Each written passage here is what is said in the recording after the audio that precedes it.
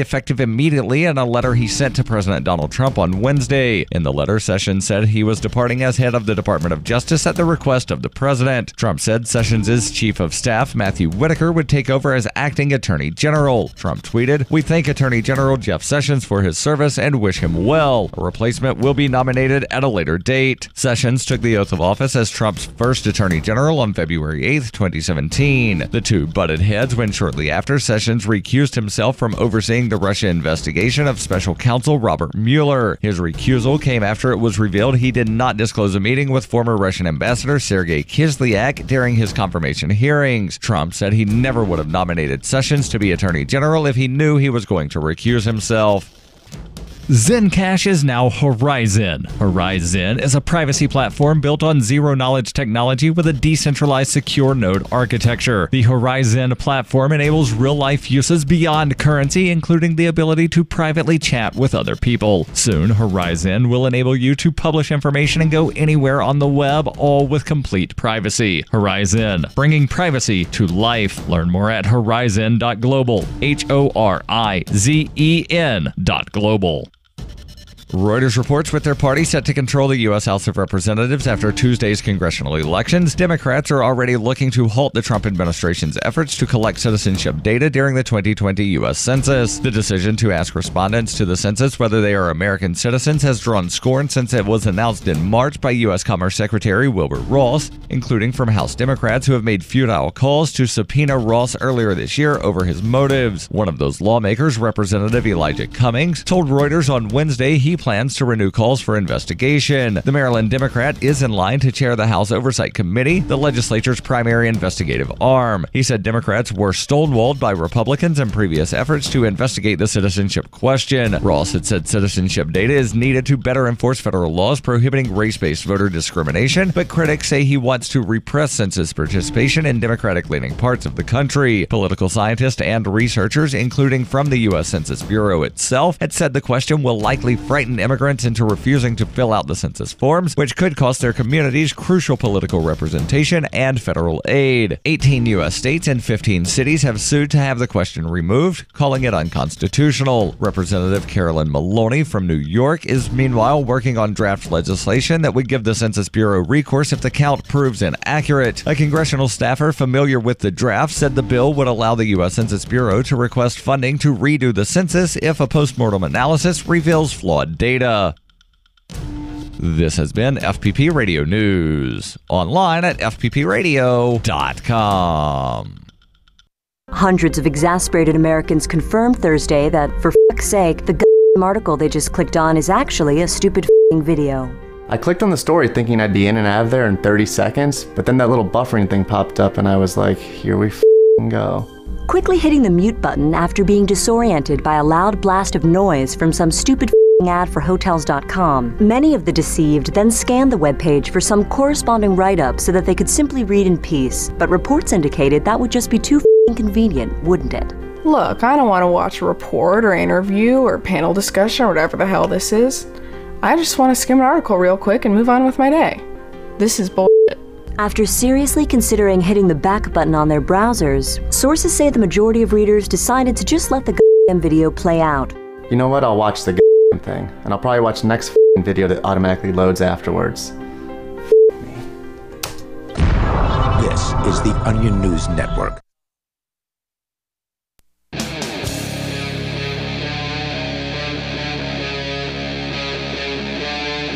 Free Talk Live.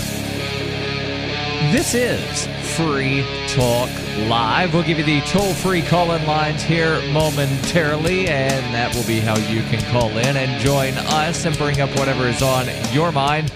We also have the Discord call-in lines that there are 4 of them, and they currently are all available over at discord.lrn.fm. The us in studio tonight is Darryl. And Chris. And, you know, yesterday we missed the big story. It's not that we didn't bring it in to discuss. We just never got to it because, well, we were taking calls for a large portion of the evening. The big news is that Jeff Sessions resigned. I know that a lot of the news wound up saying he was fired. And, when you get into the nitty gritty, it was one of those things of, Jeff, you've got two options. You either quit or we're going to fire you. Yeah, that kind of a quit. You can't fire me. I quit. Now, there have been questions about, well, who's the new guy? Who's this guy that's going to wind up replacing it? Forrest Whitaker. No, Matthew Whitaker. I knew it was one of the Whitakers. They're not even, they don't even look at all alike. I don't think that they're brothers. They might be. But story from the Daily Beast says that Matthew Whitaker, who is the new boss of Mueller, the independent counsel that's supposedly investigating Russia. I'm sorry. Every time you say Mueller, I want to go Mueller. I want to do the same thing. I know. Okay. It's not just me then. Okay. So Whitaker says there was no collusion with Russia. Now, one of the things that irritated Donald Trump, and I will get into this article here in just a second, but one of the things that irritated Donald Trump was that Jeff Sessions recused himself from that investigation because Jeff Sessions happened to have had a meeting with some Russian ambassador. Details. So Daily Beast article says a year and a half before he took responsibility for overseeing the investigation into Russia's interference in the 2016 election, Matthew Whitaker, now the acting attorney general, had already reached a conclusion. In an interview on the Wilco Majority Show, Whitaker said, "The truth is, there was no collusion with the Russians in the Trump campaign. There was interference by the Russians into the election, but there was no collusion with the campaign. That's where the left seems to be combining these two issues." He added, "The last thing they want right now is for the truth to come out, and for that fact that there's not a single piece of evidence that demonstrates that the Trump campaign had any illegal or any improper relationship with the Russians. It's that simple." Was a quote as of like today or recently? This was a quote a year and a half ago. Oh, okay. So this is his opinion, the sitting, acting, not vetted by the Senate like the Constitution says to do, head of the Department of Justice, which is also an issue here in that before anyone takes control of a cabinet position, that's why we have a Senate confirmation process. Oh, right. But see, he's only acting. He's not being appointed to the position. And so therefore, no confirmation needed because he's not actually the attorney general. I hear you, and I hear the Trump administration saying the same thing, but I'm reading a lot by, I would say, the left, the right, and even one prominent libertarian former judge who begged to differ with that the Constitution is pretty clear on that if you're going to have somebody in charge of something, there is nothing in the Constitution about acting. If you're going to be, the guy in charge, hold on. Let me. Senate confirms. When's the last time the federal government followed this Constitution thing that you're talking about? Oh, I know that. I just like to bring it up and point out that they rarely follow it. But this is one of those cases where it's kind of blatant. And right, but see, there's a Supreme Court that gets to determine whether or not they violated the rules. Yes. Right. So something along those lines. Thank you. We've had an internal investigation and determined that we have done nothing wrong.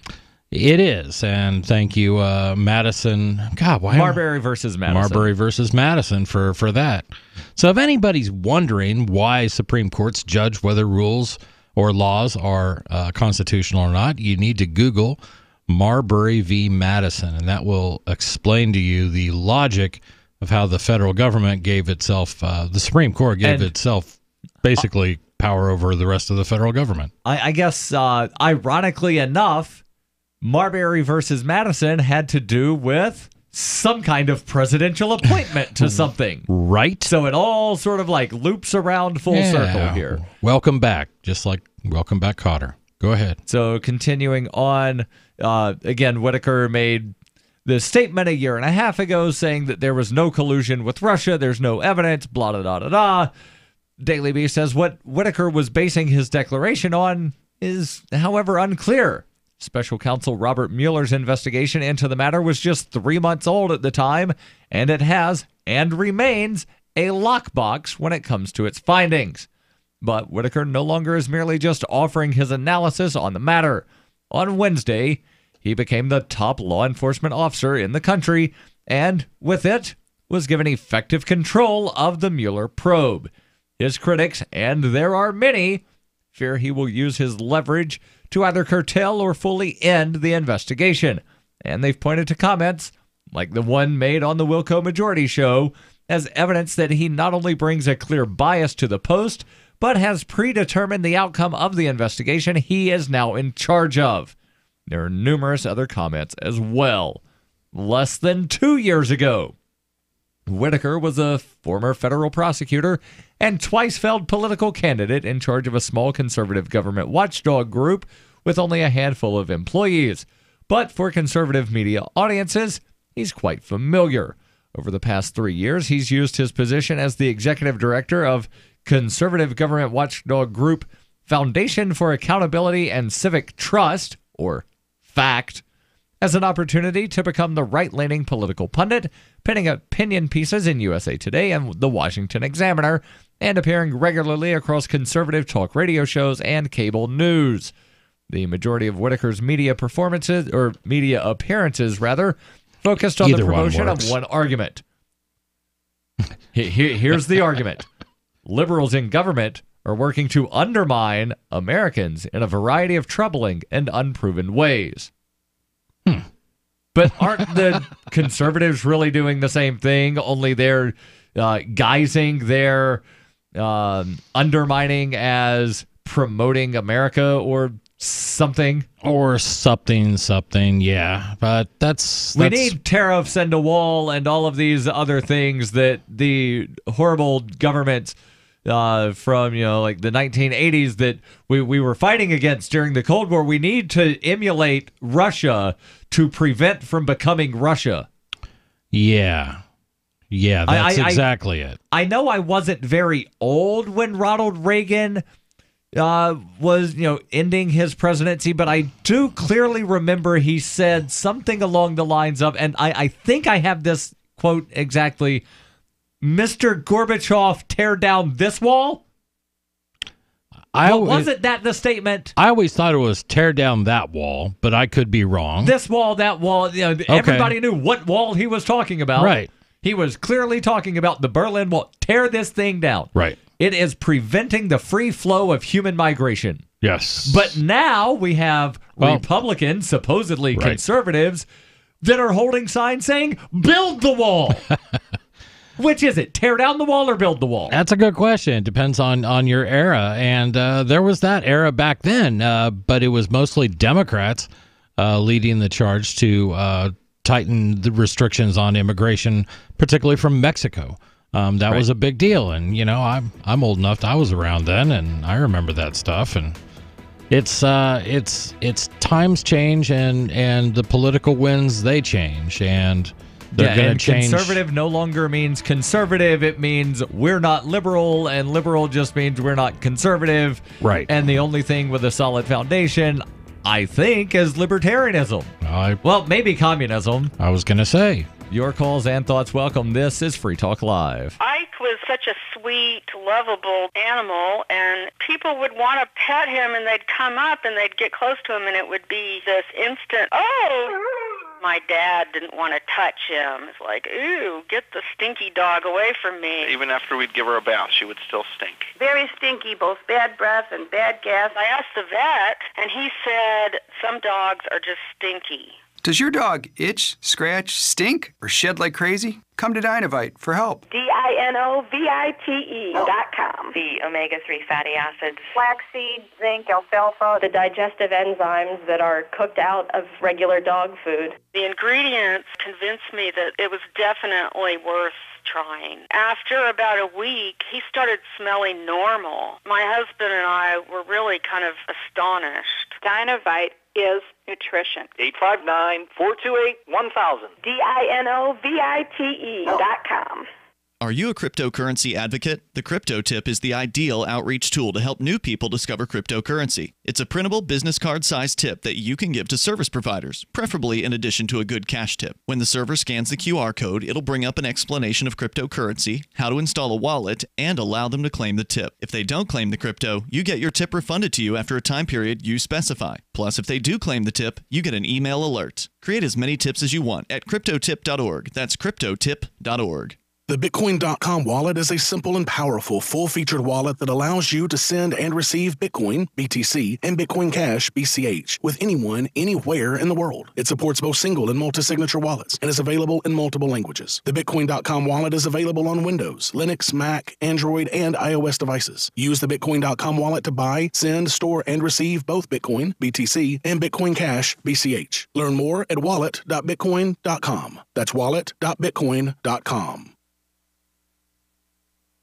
We have some good news. The indictments against Ross Ulbricht in the District of Maryland were dismissed with prejudice, meaning they can never be refiled. This is especially good because those indictments contain the only charge ever made that Ross engaged in murder for hire. This was a serious allegation that Ross Ulbricht denies. It was never prosecuted or ruled on by a jury, but was trumpeted by the federal government and the media as if it were proven fact. The Maryland court held these indictments for almost 5 years, poisoning Ross's case and leaving him under a cloud of unproven allegations. As explained in Ross's appeal to the Supreme Court, the fact that the judge used these allegations to give Ross a draconian sentence of double life without parole violated his Sixth Amendment right to a jury trial. Judges are required to issue sentences based on convictions decided by a jury, not unproven allegations never even charged at trial. Although this is a positive development, the dropped indictment will not set Ross free. Now, a presidential pardon is Ross's only hope of freedom. Sign the petition at freeross.org. freeross.org. Some of you asked, and now we've delivered. LRN.FM's live Keene, New Hampshire studio shows are now streamed in HD on Twitch. Visit our channel at twitch.lrn.fm and give it a follow. If you have Amazon Prime, you get one free subscription on Twitch. If you use it on our channel, Twitch will give LRN.FM a monthly piece of your Prime subscription cost. So please watch, follow, share, and subscribe to twitch.lrn.fm. That's twitch.lrn.fm. How many lawyers does it take to change a light bulb? None. They'd rather keep their clients in the dark. There are too many lawyer jokes to count. However, there are some lawyers with more noble intentions.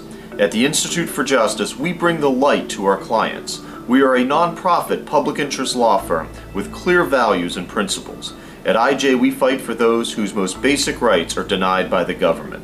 Visit our website today at ij.org. You're listening to the best liberty-oriented audio streamed around the clock, on the air, and online. This is the Liberty Radio Network at LRN.FM.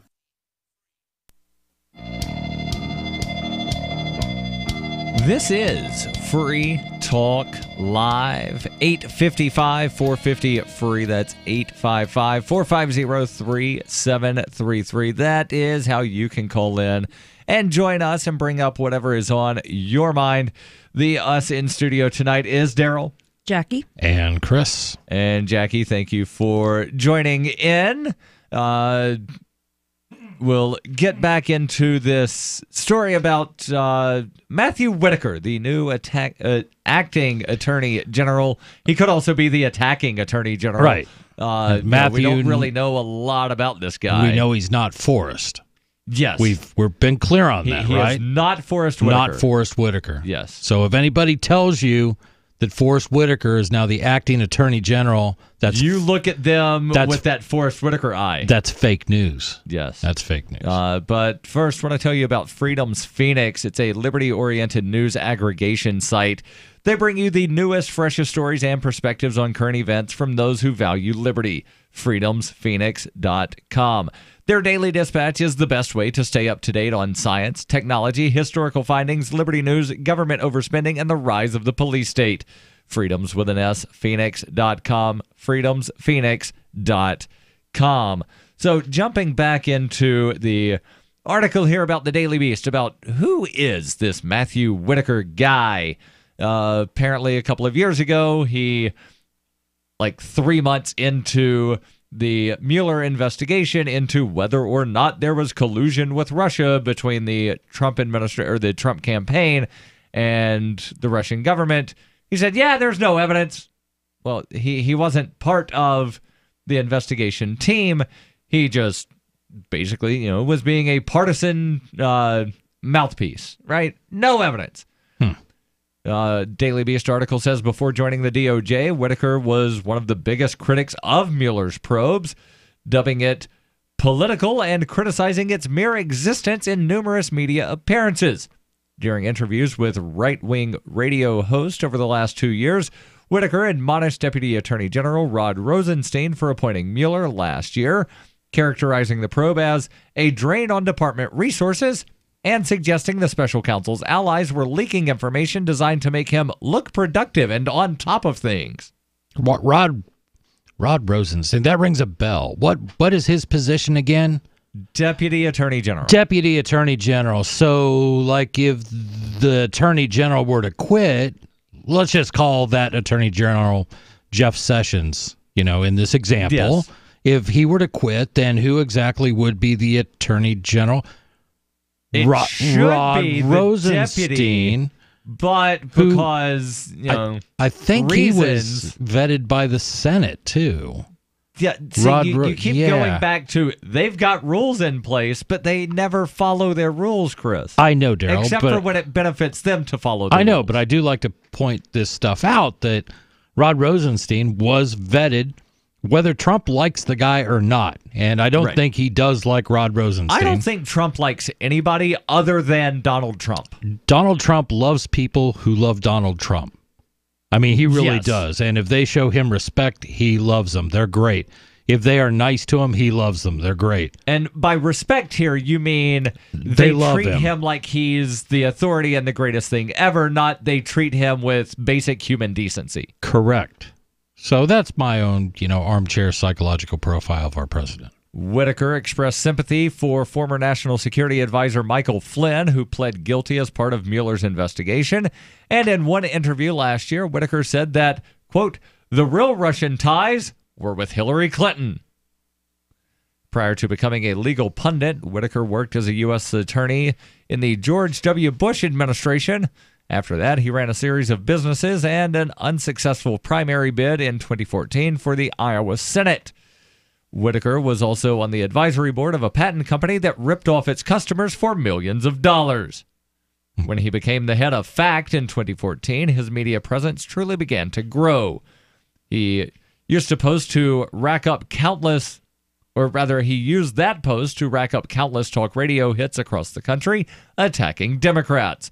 But while FACT billed itself as a nonpartisan watchdog, it served as a way to launder partisan opposition research to the public. In 2016, according to public records, Whitaker helmed the group. The company paid $180,000 that year to America Rising LLC, an opposition research firm closely aligned with the Republican Party. No. In press releases reviewed by the Daily Beast, America Rising touted FACT as a nonpartisan government watchdog and highlighted Whitaker's political commentary criticizing Democrats. A person familiar with the FACT America Rising arrangement told the Daily Beast that on some occasions, America Rising's opposition research would share material targeting Democratic candidates with FACT. FACT would then file ethics complaints based on that research and publicly denounce the Democrat in question. America Rising subsequently would promote FACT's denunciation to reporters as evidence that the Democrats in question were facing nonpartisan criticism. Oh, so this is just typical Republican dirty tricks and not anything that the Democrats have ever done. No, the Democrats do it. They just use different groups. Exactly. So here's a case where, this story comes out and it's, painting this big, horrible conspiracy, and the Democrats will sit back and go, see, I told you that's what the Republicans were doing. Yeah. But, hey, hate to break it to you, you guys do it too. Yeah. So a little bit more from this article. Says he spent most of his interviews arguing that Hillary Clinton should have been prosecuted and that the FBI was providing political cover to the former Secretary of State for not releasing probably very damaging emails. Now, I seem to remember during the election, Donald Trump, or prior to the election, during the campaign, Donald Trump saying that Hillary was going to prison? Yes, repeatedly. Didn't he say that? He said it in a debate, too. Yeah. I mean, so he said it to her face. Yeah, he said lots of things that he never actually followed through on. Lots of words. The best words. Great words. They were some of the biggest words. Big words. And the biggest word in that statement was biggest. Whitaker also criticized Hillary's political positions, calling her 2016 campaign platform a, quote, grab bag of failed and regurgitated liberal policies, and lamented that since she fell out of the public eye, it has not been as much fun to conduct investigations on politicians. I would say that if the goal of the writer from the Daily Beast was to portray him in a fair light and not put a liberal spin on it, they have not really done that.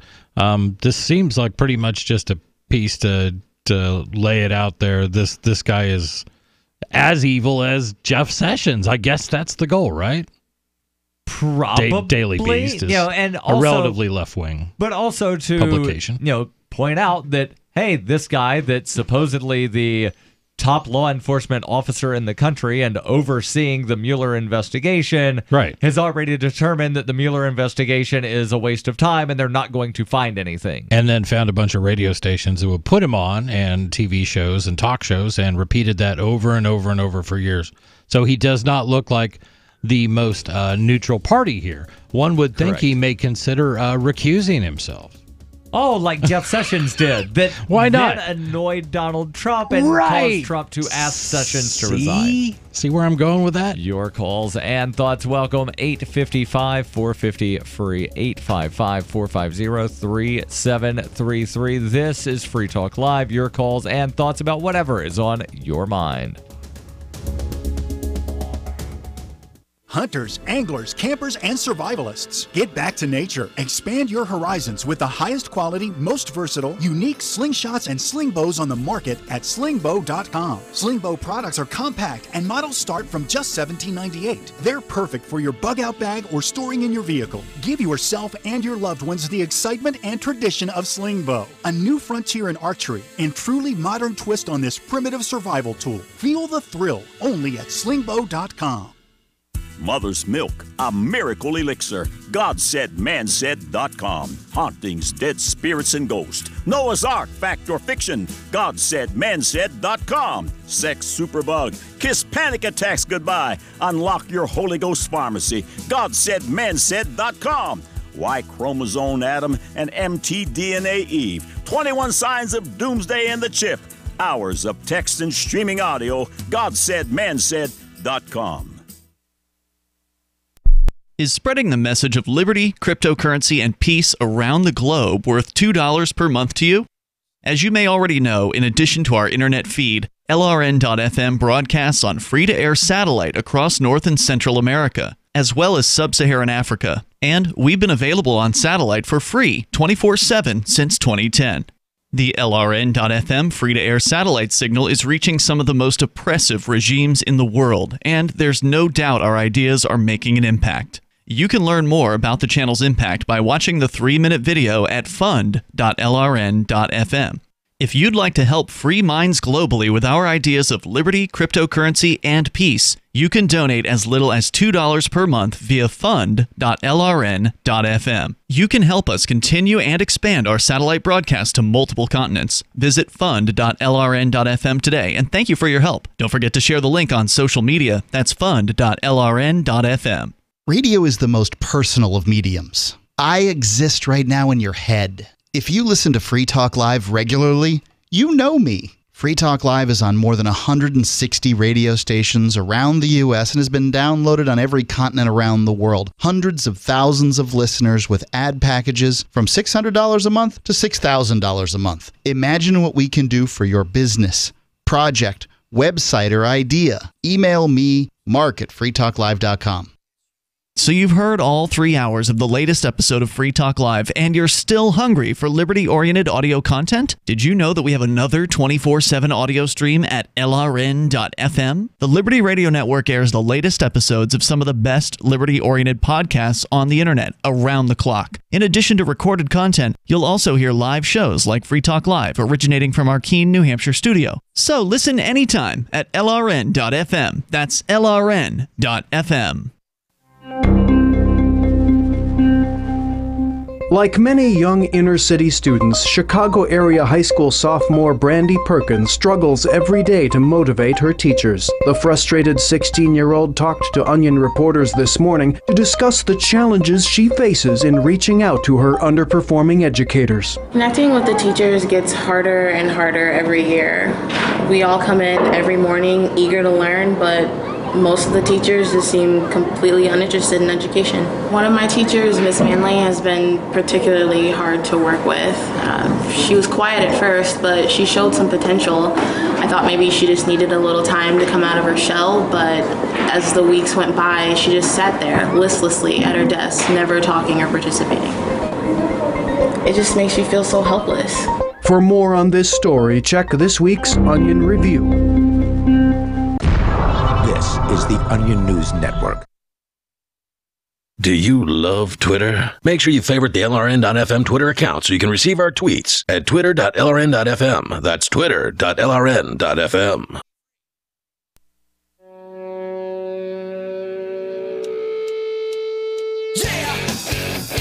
This is Free Talk Live, 855 450 free.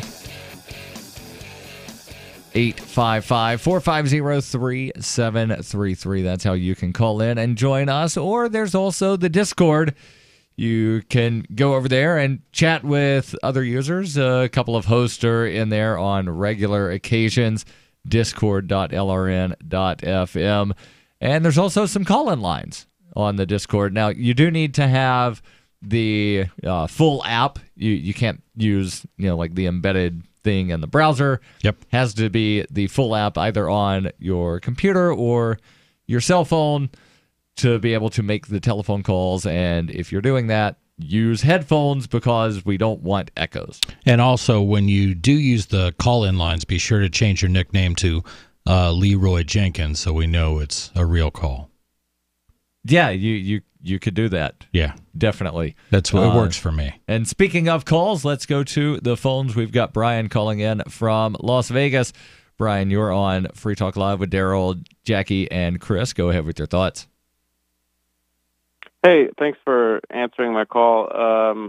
The Brian Sovereign podcast, Sovereign Tech. Yeah, so former Free Talk Live co-host Brian Sovereign has his own tech podcast. Yeah, and he didn't release one this week, and he's been pretty consistent over the years. I don't think he's ever missed one. So I was wondering if you heard anything. Did something happen to him?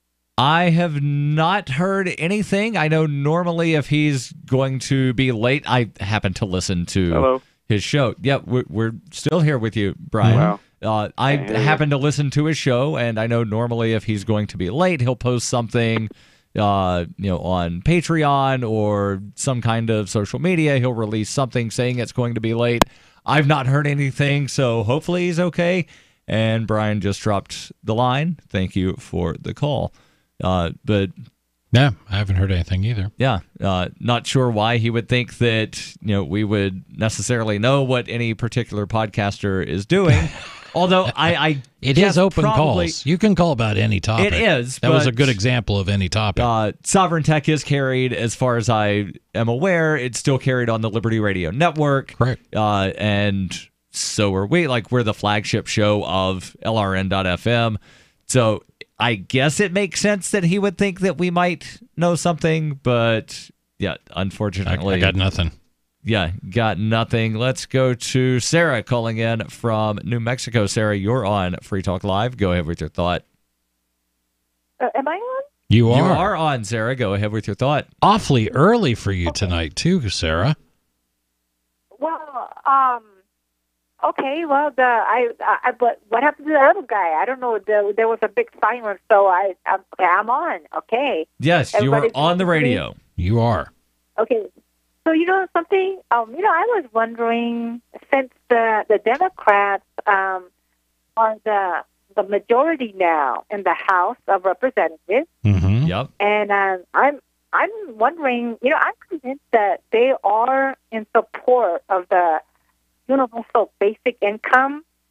Because, a lot of them have come out in favor of a universal basic income. I don't know if all of them are. There's a wing within the Democratic Party, the Democratic Socialists of America, the DSA, and they're very much in support of it. But you have to keep in mind that mainstream Democrats are still pretty much corporate shills like other politicians. They're mainstream Democrats, not that different from mainstream Republicans if you subtract an issue or two. So, Sarah, I think you're thinking specifically of the DSA. I don't know if any of their members were elected to the U.S. House. I know they do have people in state legislatures. And it's almost was like it the woman from New York? Yes, the economics professor. I don't know if they got anybody, but she was. We already knew she was winning after she won her primary. But I don't know if they got anybody else new in. It's almost like they're running a third party within a party. Well, something that when I'm on SSI, disability, but the Democrats as a whole, they're known to take care of people that need help. So, SSI, disability, they're kind of in the same bag as the universal basic income. Well, the thing is that with the universal, there's nothing wrong with you. You can't work, but there's no job. Right. The robots took all your driving jobs. They took your check cashing job. They took your the burger flipping jobs. They're going to be all automated. So it's a matter of just taking care of people. So people who just don't want to work anymore. Or don't have paying work. There's plenty of things that people who do not have paying jobs do. But there are also plenty of jobs. There are still jobs available. The thing is that the reason, but I'm saying that I wonder if the Democrats could push this and make an example, have an exemplary, have a start of it, because I know Ireland, a lot of the European, other places are already doing this, I was told. Well, they're talking about it. And they've been running pilot programs and things like that. And there was one of the Scandinavian countries that ended their pilot program. It did not work out the way they had hoped it would, so they have ended it. And what the Democrats can do in the House of Representatives, they control the purse strings, is they can budget money for and put together a bill to say we want to enable a program of universal basic income. They can pass it on to the Senate, where I suspect the Republicans will sharply smack it down and say we're not signing this. You're assuming that the Republicans would even have committee hearings or bring up a floor vote on it. Right. I think it's kind of a non-starter. And that's not to say that your point of view doesn't have merit to you, but it's just saying that that's the reality of Washington today. There's going to be gridlock. There's going to be things that the House wants to do that the Senate refuses to do, and I welcome that. Gridlock's one of my favorite things in the whole world. I love it when Washington just can't get anything done. But the thing is, they're not going to not do anything. They're going to wind up passing a lot of quote-unquote bipartisan legislation. Right. Where it'll be bad for Democrats, us anyway. You want this, Republicans, you want this. Let's smack it all together into one big giant bill, and they'll pass one bill. It will be an omnibus. They'll pass one bill that'll be like $5 bazillion worth of spending, and it's going to have every little pet project that everybody wants, and nothing else gets done. And more money for the military. Yeah. Yeah. I already said pet projects for everybody. Yeah. I know where you're... Go ahead. I just want to mention that, I really believe that the basic income is going to help reduce crime. The argument the last time was that you're saying that if people have no work, they're just going to go and commit more crime. No, but you know what? It's the starving, the homeless, the desperate people that go out and commit crime. I know. I've seen that. Who was the actress? I've seen some real starving actresses that keep getting, popped for shoplifting and things like that in Beverly Hills. Who am I thinking of? Winona. Oh, she was in Beetlejuice. Yeah, her. Winona Ryder. Yeah. Yeah, thank you. Beetlejuice. She was in Don't Beetlejuice. say it. Don't say it 3 times, Darryl. I don't know. Has she been in the news for that recently? That was certainly a thing like 20 years ago. I'm not just picking on Winona Ryder. I'm painting every starlet as a potential shoplifter. And Sarah, thank you for the call. Why we don't let them in our shop. Pulled up a post from the DSA with their statement on the 2018 election. They list 2 DSA members as being elected to Congress: Alexandria Ocasio-Cortez in New York and Rashida Tlaib in Michigan. Is that the first black woman who was elected to Congress? She would not be the first black woman. There were plenty of black women elected. No, there was previously. Something else happened in this election regarding the House. 2 Muslim women and 2 Native American women. I knew that were elected. Pulling up the wiki article on Rashida Tlaib, elected for Michigan's 13th district, and I'm not sure what her ethnicity is, or if there's anything interesting about her other than she is a socialist. Your calls and thoughts welcome. 855-450-FREE, 855-450-3733. Your calls and thoughts welcome about whatever is on your mind. Does your dog itch, scratch, stink, or shed like crazy? Come to Dynovite for help. Order a 90-day supply of Dynovite. Everything we tried failed except the Dynovite. Pick up 2 bottles of Super Mega Fish Oil. Get the 3rd bottle free. Packed with omega-3, DHA, and EPA fatty acids. Super Mega is great for your dog's immune system, healthy skin, and soft, shiny fur. Dogs love it. Try Super Omega Fish Oil. Buy 2, get 1 free. At Dynovite.com. DINOVITE.com.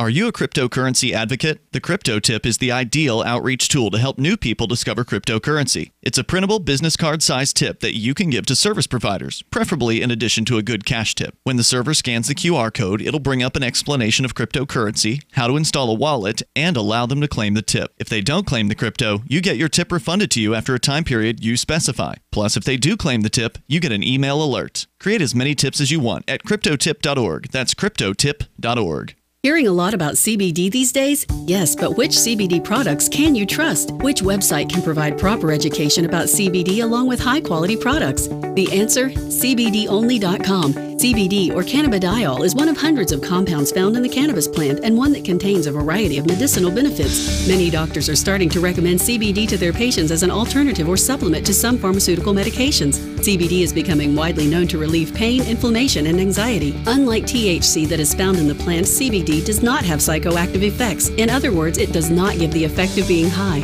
All CBDonly.com products are lab tested to ensure the highest quality standards. Shop CBDonly.com for CBD oils, edibles, vapes, skincare, even CBD for your pets. That's CBDonly.com. And to receive 15% off your order on CBDonly.com, use discount code CBD now. Remember, shop for CBD products you can trust. Shop CBDonly.com, your CBD superstore.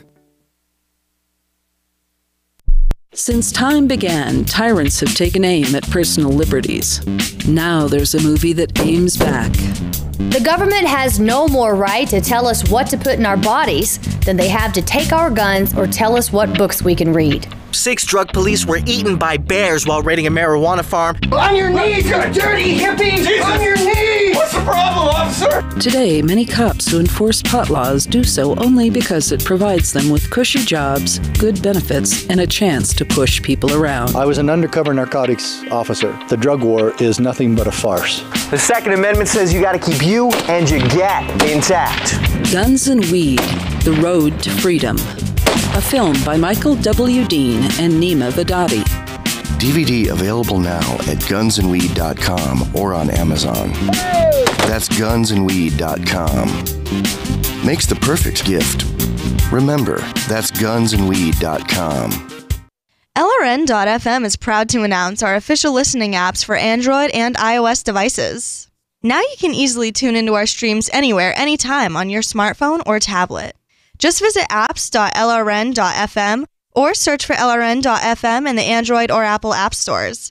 Please download, rate us 5 stars, then share the link on your social media, and let your friends and family know how you're listening to LRN.FM. Download it now, free at apps.lrn.fm. This Your Family Today tip is brought to you by Nestle Toll House Morsels, helping you create special moments and memories your family will cherish forever.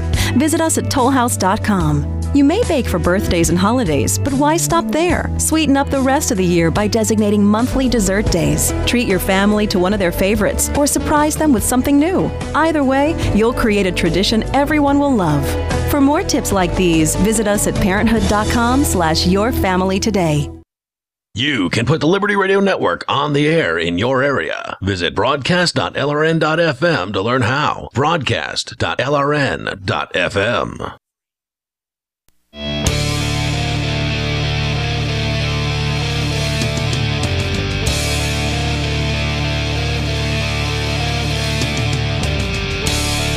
This is Free Talk Live. 855-450-FREE. That's 855-450-3733. In studio tonight, it's Darryl. And Jackie. And Chris. And we'll get to the phones in just a second, but want to make sure that you know about Liberty.menu. It's something that libertarians have wanted for a long time. That's a directory of liberty-minded businesses. And Liberty.menu is a tool for our community. At its core is a directory for events, businesses, digital content, and more. Listings can be rated and reviewed, kind of like a Yelp, but there's also a bit of a social networking aspect where you can connect and share with other users. Use of Liberty.menu is exclusively for individuals who reject the initiation of force and those who agree to abide by the ethics of the non-aggression principle. Put your voluntarist ideas into action at Liberty.menu. And if you use code FTL, you get a special Free Talk Live listener badge. Liberty.menu. Let's head back to the phones where we've got Bob calling in from Missouri. Bob, you're on Free Talk Live. Go ahead with your thoughts. All right. Here's a couple of thoughts. First one is I want to talk about the marijuana thing. Okay. Now, what specific marijuana thing?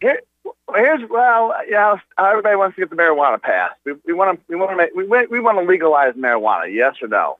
Me? Asking me? Anybody? Yes. The country? I do. The politicians? No. Okay, y'all want. Everybody want. Some of them want to. Marijuana. Some of them don't. Jeff Sessions doesn't want it legalized. Right. I don't either. And let me tell you. Let me tell you a couple thoughts. I want people to ponder on this because this is really critical. Now, our government went after the smoking industry, correct? No. Millions of dollars.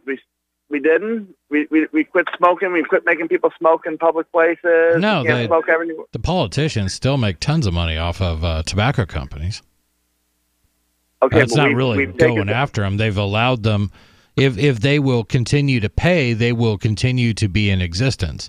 Now, they reached some compromises. They said, look, guys, you can't keep doing what you're doing. You can't have Joe Camel out there. But if you do that, then we'll lay off you for a few years. Okay, but we're allowing pot to be out there, right? No more than we're allowing alcohol or tobacco. Public consumption of cannabis is still illegal in the states that have legalized, right. And I'm using air quotes there. Right. What they've done is they've taxed and regulated it. Right. But you can go to Colorado, where it's perfectly legal under Colorado state law, and you can get arrested by a federal agent and charged with a federal crime. You could still get arrested by local police, or at least given a ticket by local police for consuming in public. Right. Is that your concern, Bob? Is just secondhand smoke from it, or what? No, my concern is, I own a business. Right. So now I've got people who come to my place. Now my current employees do not smoke pot, at least not at work, as far as I know. Okay.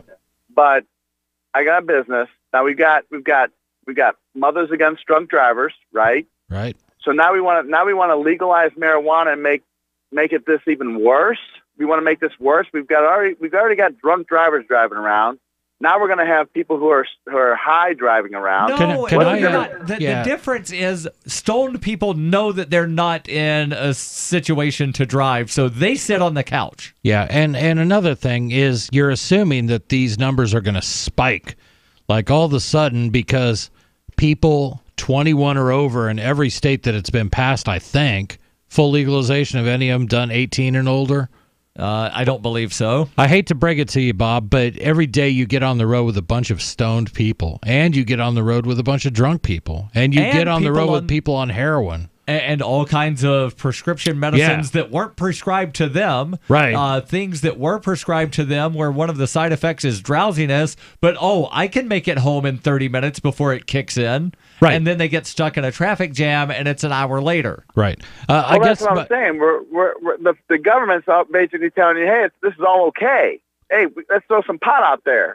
Just because they're not arresting people for something doesn't mean that it's okay. Right. And I suspect what you'll see and what you do see in almost every state that's done full legalization is a hard scrutiny of their existing driving while intoxicated laws, where they usually tighten them up. So what are we doing? And what are we doing to our lungs with pot? What does pot do to our lungs? It depends on how you ingest it. I don't know. I ingest edibles. Right. If you eat a gummy bear, I don't think it does anything to your lungs. Bob, what it is it's harm reduction. So while it is true that there will be more people smoking weed or consuming in other ways. Will there be? Yes, there has been in the states that have legalized it. Consumption does go up, and traffic accidents involving marijuana do go up. But what goes down is all the people shooting each other over the drug war. What goes down is throwing people into prison for possession of marijuana and the violence that happens there, and the violence that happens when they come out of prison and they can't get a job because of their felony. So overall, while there will be a specific increase in one or two types of social problems, there's a significant decrease in so many other social problems that legalization ends up being a net gain for society. And not to mention all of the money that is saved by not putting people behind a jail cell or in a prison cell for years at what the last time I looked, about $60,000, $70,000 a year to house an inmate. But are you okay, Bob, with all the money that currently flows to South American drug cartels? Absolutely not. Okay. So you would rather fight it. First, I'm against our country giving all this money to other countries when we should be educating our own people here. I don't disagree with you on that. All these billions and billions of dollars that are going to countries. What the hell are we doing? What the hell are we giving this to countries for? I think foreign aid is. I'm sick of hearing about interest and all this bull poop. Come on, foreign aid is about why are we 1%. Huh? Foreign aid is, I think, about 1% of the federal budget. My biggest concern is it never actually goes to who we think we're helping. Well, I mean, in Washington, they know who they're helping. They're helping the dictator who happens to be in charge, or they're helping the military, but they're never. We talk about humanitarian aid and things like that stuff. That never makes it to the people who need it. Also, Bob, it's not as big as you think it is. I just double-checked. It's 0.7%. So that means out of every $100 that the federal government spends, they're only spending 70 cents on foreign aid, less than $1 out of 100. I'm with Bob on this one. Yeah, you could still eliminate it, but it's not going to do anything significant to taxes. Wouldn't you rather educate our own kids? I would. That money? I'd rather take that money and put it in the form of some sort of tax credit for parents who were forced to pay for an education system while they homeschool. Yeah, just 70 cents out of every $100 that they currently spend isn't going to buy you a whole lot of whatever it is you want to buy. Bob, but it buys you something. I was going to say, you don't think so? I mean, you don't think we can get some of these kids educated instead of going to jail? We can get them out and start putting education to them? I don't think the federal government should be involved in education at all. So, well, I don't think the federal government should be involved in half the shit they're involved in. Bob, sorry about that. Got to drop that. Call was going good. It was. I really, and I know some people think that I don't like having the calls where callers disagree, but when it's a good call. It's a good call. But unfortunately, certain words can't be said on broadcast radio. Right. George Carlin said something about that a long time ago. Yeah, and please don't repeat the I would never. But, he kind of does bring up a point of, yeah, the federal government spends a bunch of money that it shouldn't be spending. But that's a completely separate issue than whether or not people should be thrown in jail for possessing a plant. It was a multifaceted call, to say the least. He touched on a whole bunch of topics in rapid-fire succession. Yes. As Cat Williams says, weed's not a drug. Drugs, you got to do stuff too. You got to put it in a pot, you stir it, you cook it, you add baking soda. I don't know the whole recipe. I just know you got to do stuff to it. Weed is a plant that grows. Right. Yeah. And if you happen to light it on fire, there are some side effects. Sleepy, happy, hungry. And if you want to learn how to do drugs or make drugs, then you watch Breaking Bad. Yes. You'll find out exactly how not to make meth. Yeah, you've got to go find the guy that owns the chicken restaurant. Right. And you need to teach school for a few years. Open up a car wash. Yeah, open a car wash. Cash businesses. I miss the Lumpanics catalog because they would sell you books that actually told you how to make all that stuff. Oh, I have no doubt. Yeah, hey, that's not a catalog that I'm familiar with, but I have heard you mention a couple of times. Oh, yeah. Ian knew what I was talking about. Yeah. Cool. Your calls and thoughts, welcome. And coming up, since we have been sort of on the topic of criminal justice, there was actually a pretty big victory in Louisiana on Tuesday. We'll tell you about that, and I'm guessing you've also heard that felons got voting rights back in Florida. That was also news. We could probably touch on that. And again, your calls and thoughts, 855-450-FREE, 855-450-3733. Marijuana has unleashed a green gold rush across our nation. It's creating $10.8 billion in new wealth a year. And every day, it's transforming more and more Americans into millionaires. In an historic event, former Speaker of the House John Boehner reveals how you could become one of them. Join him online for the American Cannabis Summit. Attendance is 100% free, but space is limited. To secure your spot, text JOIN to 44055. This event is the first of its kind ever. John Boehner and an esteemed panel will reveal which cannabis stocks are primed to deliver life-changing windfalls in the weeks and months ahead. Plus, they will show you how to become a cannabis angel investor, backing the hottest startups before they potentially become worth billions of dollars. To join American Cannabis Summit, text JOIN to 44055. Attendance is free. Text JOIN to 44055. What do you shop for that you could otherwise buy at Amazon? Pretty much everything, right? Amazon has competitive pricing and they deliver, and that's a big plus. If you could plan ahead in your shopping, would you be interested in saving up to 33%? There's a catch. You have to do your shopping in Bitcoin. But imagine those savings. It's like a huge raise. All you have to do is go to saveitpurse.com. We've saved thousands, and you can too. Plan ahead and save. Saveitpurse.com. There are lots of ways to listen to Free Talk Live. Our podcast has been around since podcasts began, and now the FTL feed is loaded with content besides our full show archives. Did you know that we make it easy for you to customize your podcast subscriptions? We have different feeds, one that includes only our full shows, one with just the Daily Digest, and one with just the Edgington Post. You decide what you listen to. It's quick and easy to customize your feeds at feeds.freetalklive.com. That's feeds.freetalklive.com. You're listening to the live edition of Free Talk Live. Hour number 2 is next after the news here on the Liberty Radio Network at LRN.FM.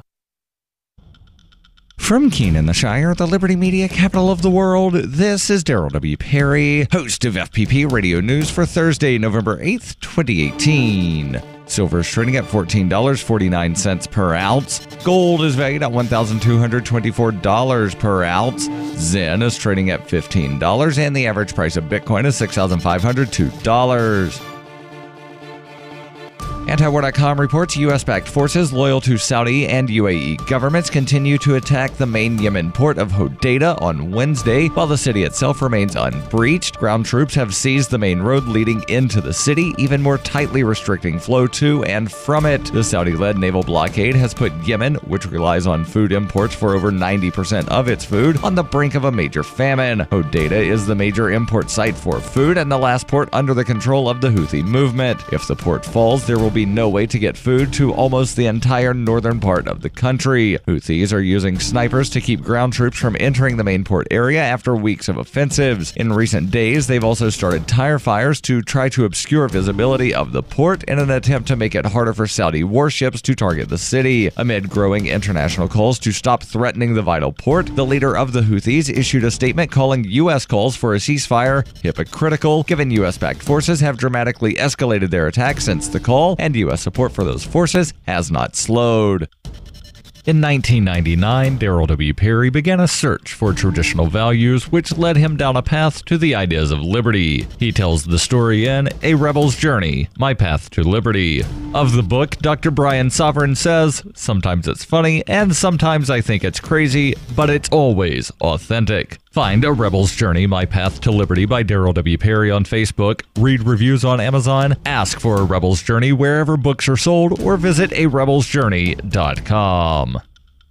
UPI reports Attorney General Jeff Sessions resigned effective immediately in a letter he sent to President Donald Trump on Wednesday. In the letter, Sessions said he was departing as head of the Department of Justice at the request of the president. Trump said Sessions' chief of staff, Matthew Whitaker, would take over as acting Attorney General. Trump tweeted, "We thank Attorney General Jeff Sessions for his service and wish him well. A replacement will be nominated at a later date." Sessions took the oath of office as Trump's first Attorney General on February 8, 2017. The two butted heads when shortly after, Sessions recused himself from overseeing the Russia investigation of special counsel Robert Mueller. His recusal came after it was revealed he did not disclose a meeting with former Russian ambassador Sergei Kislyak during his confirmation hearings. Trump said he never would have nominated Sessions to be Attorney General if he knew he was going to recuse himself. Zencash is now Horizon. Horizon is a privacy platform built on zero-knowledge technology with a decentralized secure node architecture. The Horizon platform enables real-life uses beyond currency, including the ability to privately chat with other people. Soon, Horizon will enable you to publish information and go anywhere on the web, all with complete privacy. Horizon, bringing privacy to life. Learn more at horizon.global. HORIZEN.global. Reuters reports with their party set to control the U.S. House of Representatives after Tuesday's congressional elections, Democrats are already looking to halt the Trump administration's efforts to collect citizenship data during the 2020 U.S. Census. The decision to ask respondents to the census whether they are American citizens has drawn scorn since it was announced in March by U.S. Commerce Secretary Wilbur Ross, including from House Democrats who have made futile calls to subpoena Ross earlier this year over his motives. One of those lawmakers, Representative Elijah Cummings, told Reuters on Wednesday he plans to renew calls for investigation. The Maryland Democrat is in line to chair the House Oversight Committee, the legislature's primary investigative arm. He said Democrats were stonewalled by Republicans in previous efforts to investigate the citizenship question. Ross had said citizenship data is needed to better enforce federal laws prohibiting race-based voter discrimination, but critics say he wants to repress census participation in Democratic-leaning parts of the country. Political scientists and researchers, including from the U.S. Census Bureau itself, had said the question will likely frighten immigrants into refusing to fill out the census forms, which could cost their communities crucial political representation and federal aid. 18 U.S. states and 15 cities have sued to have the question removed, calling it unconstitutional. Representative Carolyn Maloney from New York is meanwhile working on draft legislation that would give the Census Bureau recourse if the count proves inaccurate. A congressional staffer familiar with the draft said the bill would allow the U.S. Census Bureau to request funding to redo the census if a postmortem analysis reveals flawed data. This has been FPP Radio News, online at fppradio.com. A fully leveled up video game character marvels at how far he's come, and the milk rushing through a jug handle is having the time of its life. This is the Onion Week in Review. This week, top executives from the U.S. financial sector announced they're about ready to ruin the world again. Representatives from all major banking and investment institutions said that more than enough time has passed since they last caused a major global economic meltdown, and confirmed they're pretty much fully prepared to bring about a brand new worldwide financial crisis. We feel like we've given people enough time to get comfortable again. Consumer spending has increased. increased, housing market has rebounded. So yeah, we're all set to go ahead and ruin the global economy again. And in other news, the perfect gift for a local man is unfortunately a gift certificate to Lowe's Cinemas. Mall shoppers look on in awe as a helpless 15-year-old girl is viciously torn apart by a pack of her peers. And a drunk pilot decides to pull over onto a cloud until he sobers up. You will now hear 3 gong strikes and a recitation of the great chant before being ushered to the hallowed garden. For more, keep checking theonion.com. This is the Onion News Network.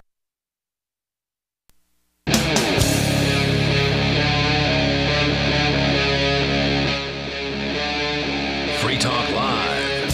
This is Free Talk Live, kicking off our number 2 in studio. It's Darryl, Jackie, and Chris. And you can join us by dialing toll-free 855-450-FREE. That's 855-450-3733. There's also the Discord call-in lines available over at discord.lrn.fm. Generally, Discord callers, the sound quality is generally better. discord.lrn.fm. So we've been talking a good bit about, the criminal justice, or as a lot of libertarians would refer to it, the criminal injustice system.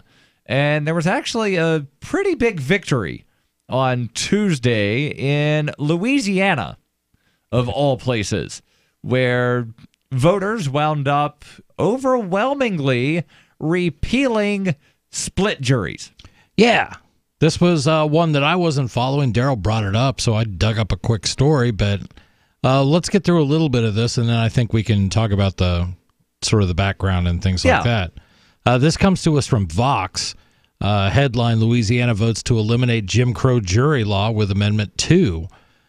Louisiana voters during Tuesday's midterm elections approved Amendment 2, eliminating a Jim Crow law that made Louisiana one of 2 states allowing non-unanimous juries in felony trials. So let me explain what that means and how it worked in Louisiana. And I know this only because I happen to have listened to a podcast recently, episode of Wrongful Conviction. You didn't read one paragraph ahead. Go ahead. And one of the guys that was on there, he was somebody that was exonerated. He was convicted through one of these split juries. Right. And the jury, it was 12-person jury. They voted 10-2. That's all it takes to convict. And if it would have been 9-3, he would not have been convicted. They would have just, stay there a little longer till you come to a decision. Right. Meaning 10 of you come to a decision. Right. And he actually said that at one point it was 9-3, got late in the day. And because it was a Friday and the jury didn't want to stay there over the weekend trying to come to a decision, somebody went ahead and said, yeah, I'll go ahead and say guilty. Right. So that we can go home for the weekend. And that happens and this guy went 12 to out of 12 juries, too. Yeah. For 15 years for a crime he did not commit. Right. It's craziness. And this gives a little bit of background here. In the late 19th century, Louisiana was facing a new constitutional requirement after the passage of the U.S. Constitution's 14th Amendment that forced a state to include black people in juries. That was one of the things that came out of the 14th Amendment. Right, equal protection. Correct. Since Louisiana required juries to reach unanimous decisions, as is standard, this meant a single black person on a jury would have a lot of power, which would weaken white Louisianans' hold over state, its government, and its laws. The state found a workaround. Conveniently, as part of a constitutional convention in 1898 meant to perpetuate the supremacy, meant to, quote, perpetuate the supremacy of the Anglo-Saxon race in Louisiana, unquote, it enacted a slew of Jim Crow measures. One of them allowed split juries for felony trials so that a few black jurors could be easily overruled by a white majority. Quote, this was part of the 1898 Constitutional Convention, which is famous for disenfranchising black voters, unquote. Lawrence Powell, a historian at Tulane University in New Orleans, told me, quote, it is also around this time of the Plessy v. Ferguson case that had just got sanctioned from the U.S. Supreme Court for racial segregation. It's all part of that mix, unquote. Louisiana was one of 2 states that allow split jury decisions in criminal cases, requiring just 10 of 12 jurors to agree to a verdict in serious felony trials. Oregon is the only other state that allows split juries, but even it requires unanimous verdicts for murder trials. Right. So in Louisiana, someone could be sentenced to death with a split jury. Right. And that's insane. Amendment 2 requires unanimous decisions for felony trials. It isn't retroactive, instead taking effect only for cases after January 1st, 2019. The state legislature passed a bill with bipartisan support to put the issue on the ballot. The state's Democratic Party and Republican Party backed the measure, as well as organizations all over the political spectrum, from the American Civil Liberties Union, ACLU, to the Koch-backed Americans for Prosperity of Louisiana. There isn't much data on how non-unanimous juries actually work in Louisiana, but the data we do have suggests a disproportionate racial impact. The New Orleans Advocate summarized its review of nearly 1,000 jury convictions over 6 years. Quote, "The newspaper's analysis found that 40% of trial convictions came over the objections of 1 or 2 holdouts. When the defendant was black, the proportion went up to 43% versus 33% for white defendants," unquote. So how did this law, a blatant leftover of the Jim Crow era, remain on the books? I'll tell you how it remained on the books. The politicians just turned a blind eye to it. We're just going to pretend that that doesn't exist over there. But we'll get around to it maybe one of these days, but in the meantime. We have the same situation in Virginia. I recently moved here from Virginia, and we have permanent felon disenfranchisement in Virginia. And if you go back and read the minutes of the Constitutional Convention in which they enacted that, they're just straight up using racial slurs. Like, if you want to find them, Google Virginia felon disenfranchisement. Yeah. You know, convention minutes, and then the racial slur of your choice. And the politicians at the time outright said that it was to prevent black people from voting, although they didn't use the word black people. And then they went and invented a bunch of new felonies that they only selectively prosecuted black people. And we still have that on the books in Virginia. They have not made a fix for it yet. The governor has to sign back the voting rights one at a time. There was the big kerfuffle last year where he tried to do a blanket restoration of 2016. Rights. Okay, 2 years ago. Right. Yep. I knew it was fairly recently. Yes.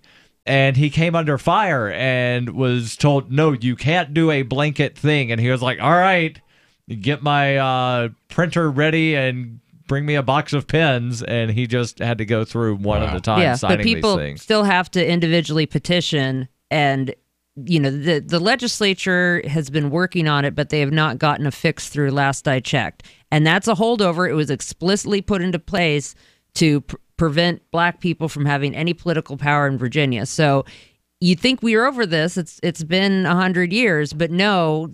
And then to this day, it's the Republicans who are usually fighting against this because, well, I guess they still don't want black people to have political power. They kind of flip-flop.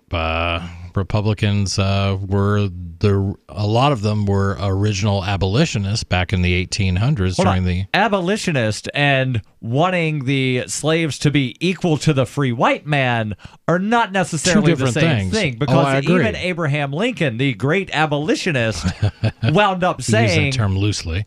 Right. I tongue firmly planted in cheek there. Yeah. He said, and I'm going to paraphrase instead of using the actual words that he said, but he said that the black man will never be equal to the white man. Here's another one to Google. It would be the Lincoln-Douglas, the fourth debate. Yeah. Google that one and just read the first couple paragraphs of what Lincoln had to say about black people. Yes. I'm going to continue with the story, and this is discussing this case and why we still have this left on the books. For one, the U.S. Supreme Court has allowed non-unanimous juries, most notably in 1972's Johnson v. Louisiana and Appodacia v. Oregon. The rulings remain in place today. The other issue is that Louisiana's laws could be spun to be not about race, but about making the court system more efficient. Quote, I don't want a court system that is more efficient if it means putting innocent people behind bars. Hear, hear. Quote, they didn't use raw racist language in the debates to justify the non-unanimous jury rule, unquote, Powell said, even though, quote, the whole Constitutional Convention was marinating in this kind of racial fluid. Your calls and thoughts welcome, plus more on this non-unanimous jury that was luckily repealed in Louisiana. This is Free Talk Live, 855-450-FREE, 855-450-3733. We have some good news. The indictments against Ross Ulbricht in the District of Maryland were dismissed with prejudice, meaning they can never be refiled. This is especially good because those indictments contain the only charge ever made that Ross engaged in murder for hire. This was a serious allegation that Ross Ulbricht denies. It was never prosecuted or ruled on by a jury, but was trumpeted by the federal government and the media as if it were proven fact. The Maryland court held these indictments for almost 5 years, poisoning Ross's case and leaving him under a cloud of unproven allegations. As explained in Ross's appeal to the Supreme Court, the fact that the judge used these allegations to give Ross a draconian sentence of double life without parole violated his Sixth Amendment right to a jury trial. Judges are required to issue sentences based on convictions decided by a jury, not unproven allegations never even charged at trial. Although this is a positive development, the dropped indictment will not set Ross free. Now, a presidential pardon is Ross's only hope of freedom. Sign the petition at freeross.org. freeross.org. Bitcoin.com wants you to know about SaveItPurse.com. Since launching in 2014, over 200,000 users have saved an average of 15% for a combined $4 million using Bitcoin, or BTC. And now you can use Bitcoin Cash, BCH, to fund your account. You can save between 5 to 33% on things you're going to buy anyway when you shop using SaveItPurse.com. Add items to your cart, fund your account, select your discount, and save. SaveItPurse.com. Save ATPurse.com.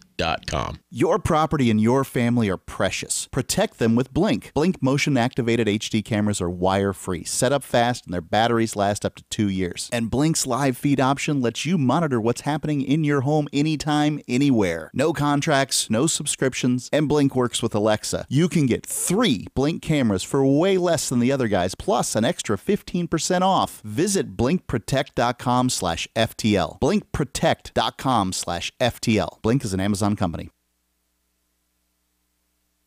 Uncovering the secrets and exposing the lies. That's what the readers of freedomsphoenix.com get every day. freedomsphoenix.com, constantly providing the information, the real news about government policies, and the real relationship we all have with the coercive government. The real condition of the economy, innovations in technology, breakthroughs in energy, health, and computer science. Learn the truth well before it's admitted to in the lamestream media. The corporate media, nothing more than distributors of government propaganda, but now there's an alternative. freedomsphoenix.com. Constant news updates on the issues that affect your life in the most important ways. With liberty and property under constant attack, freedomsphoenix.com provides the understanding behind the propaganda, and it encourages the participation of its readers. Go to freedomsphoenix.com. That's freedoms with an S, phoenix.com. freedomsphoenix.com. The revolution between the ears has already happened. LRN.FM now has a Discord. Discord is a free text and voice chat platform, and we now have our own server with a bunch of channels at discord.lrn.fm. You can join other listeners as they chat about various things during our live shows, or anytime, day or night. Discord software is available cross-platform, so you can have it on whatever device you want and take your chats anywhere. Join our Discord at discord.lrn.fm. That's discord.lrn.fm. Looking for a great real estate investment? Consider New Hampshire, which is ground zero for the Liberty Movement. Your first call should be to Mark Worden from Porcupine Real Estate. He's more than just a real estate agent. He's your New Hampshire concierge. Where are the best places to live? Do you want farm, city, the burbs, or forest? Do you want a duplex or multifamily building so that renters pay your mortgage? There are homes in all price ranges in New Hampshire, and Mark can help with financing too. Invest in liberty and property. Mark Worden can help. PorcupineRealEstate.com. Help get LRN.FM into more ears. Visit promote.lrn.fm for a free bumper sticker, flyers, banners, graphics, and more. Promote.lrn.fm.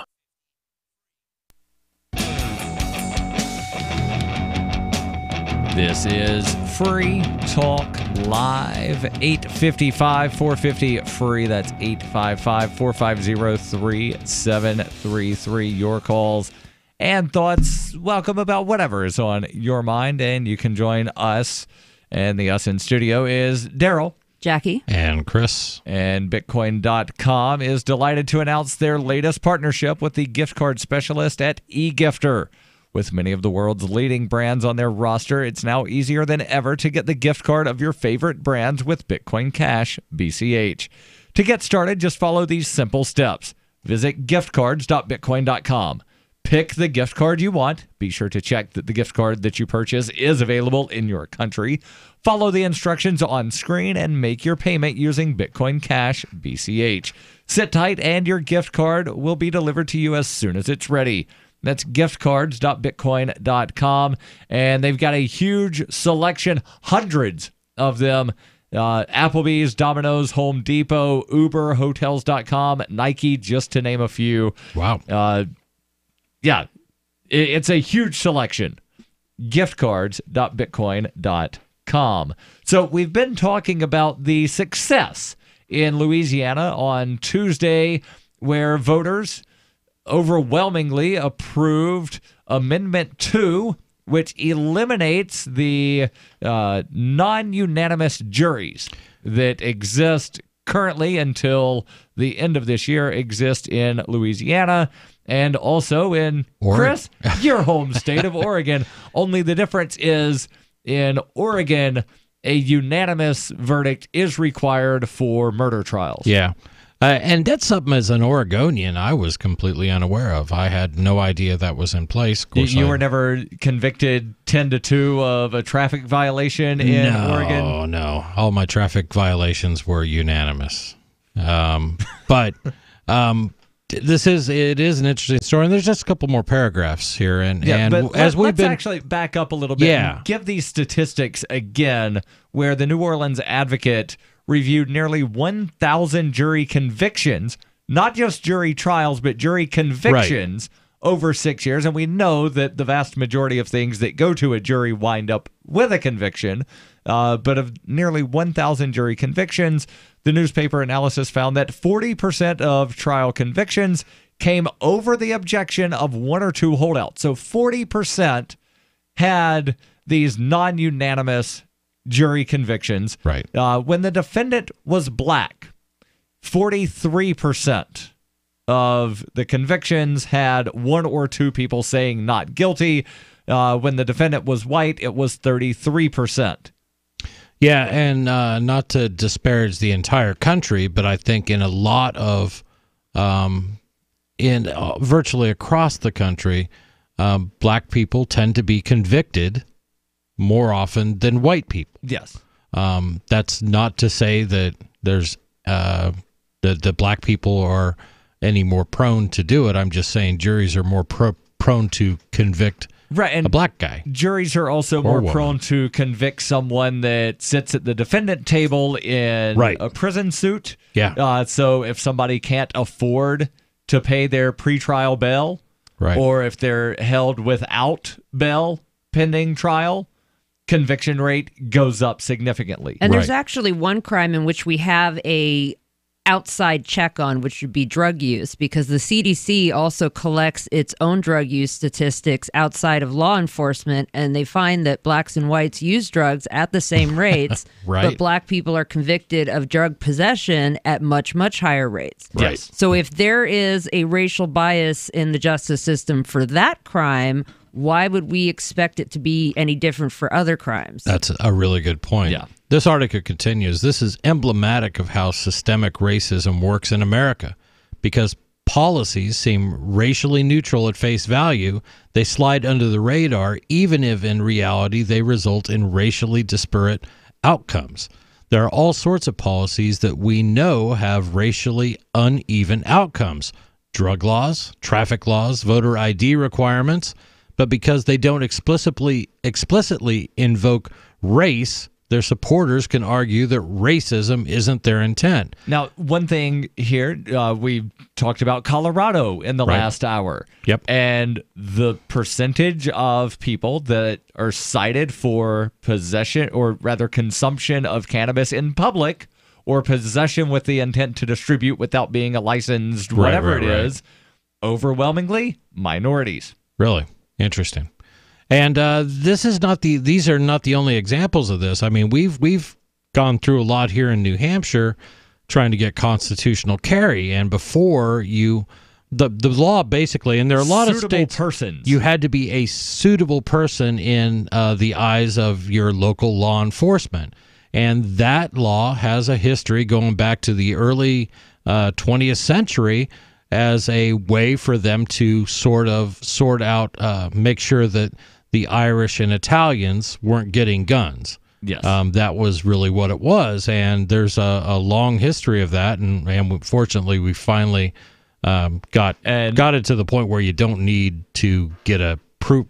You don't need permission by anybody. If you're legally allowed to carry a gun, you can conceal it. More recently, in New Hampshire specifically, the Women's Defense League, they were citing that a lot of their members had trouble getting the concealed carry permits because some bureaucrat somewhere deemed that they just weren't suitable because they're women. Well, they can't handle the recoil.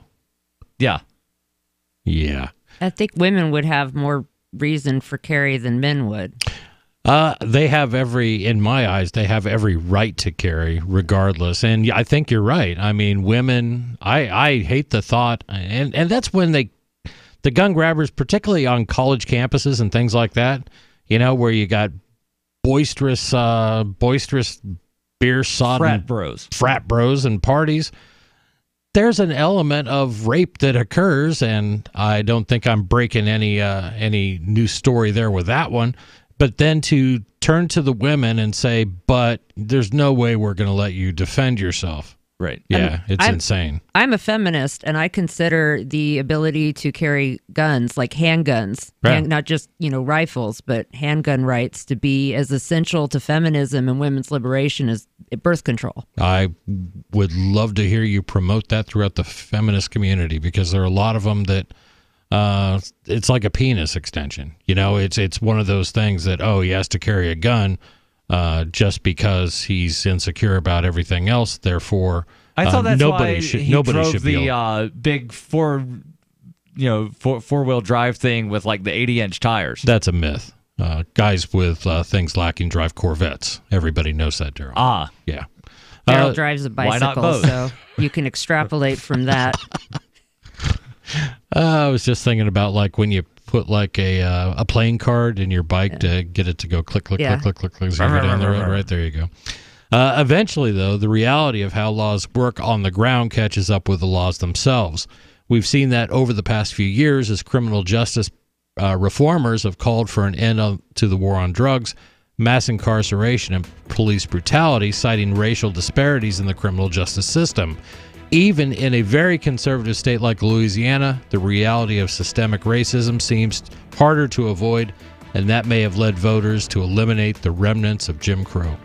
Your calls and thoughts welcome. 855-450-FREE. That's 855-450-3733. This is Free Talk Live. The United States of Empire is a book that claims the United States is the empire of the world. George Washington had warned us against foreign wars. The United States of Empire shows that World Wars I and II left England broken. Its former colony, the U.S., had to save the empire. Was there ever a vote? Who do we fight for? The deep state began with World War I. The United States of Empire by James Dunn. Available at Amazon Books. Why is the black man black and the white man white? God said, mansaid.com. The Sons of God and Science admits a ghost species. The amazing power of going to church. God said, mansaid.com. Dinosaurs and man contemporaneously. You possess the world's greatest treasure. God said, mansaid.com. Sin Bones, St. Peter's Fish, hours of text and streaming audio. God said, mansaid.com. Why did you move to the Shire? I moved here to the Shire because there's other people around who take liberty just as seriously as I do. I moved to the Shire because I saw videos of people challenging authority and thought that I could get support myself.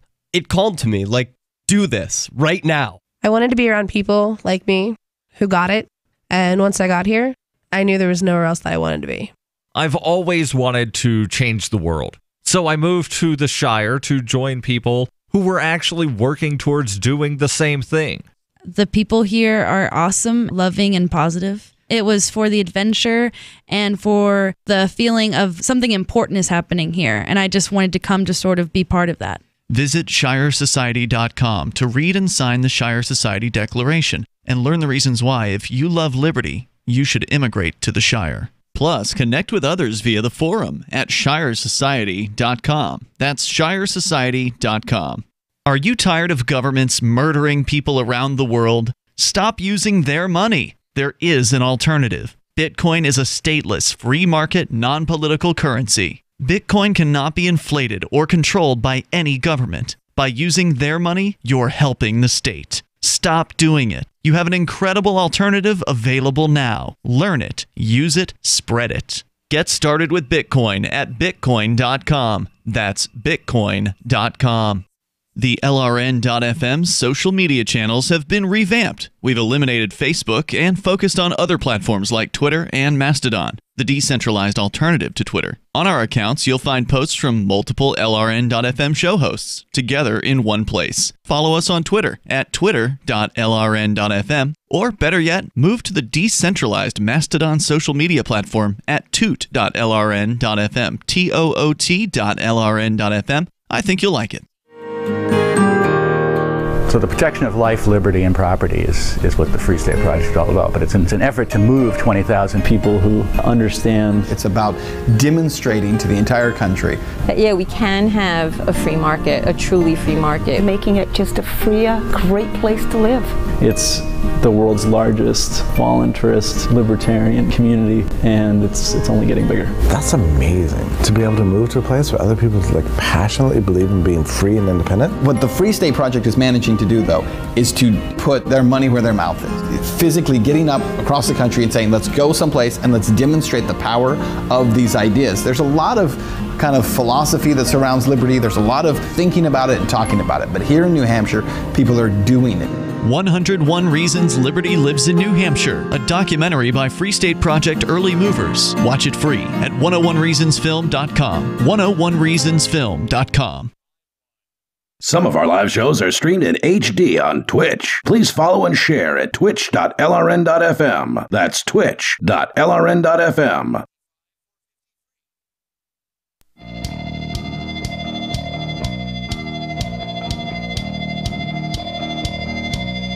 This is Free Talk Live, 855-450-FREE. That's 855-450-3733. You are free to call in and talk live to us about whatever is on your mind. The us in studio tonight is Darryl, Jackie, and Chris. And if you like the show, then consider joining the AMP program for as little as $5 a month, and you get perks like ad-free versions of the podcast. There's an AMP-only Facebook group. There are, I believe, AMP-only Discord channels, or at least an AMP Discord channel. I think so.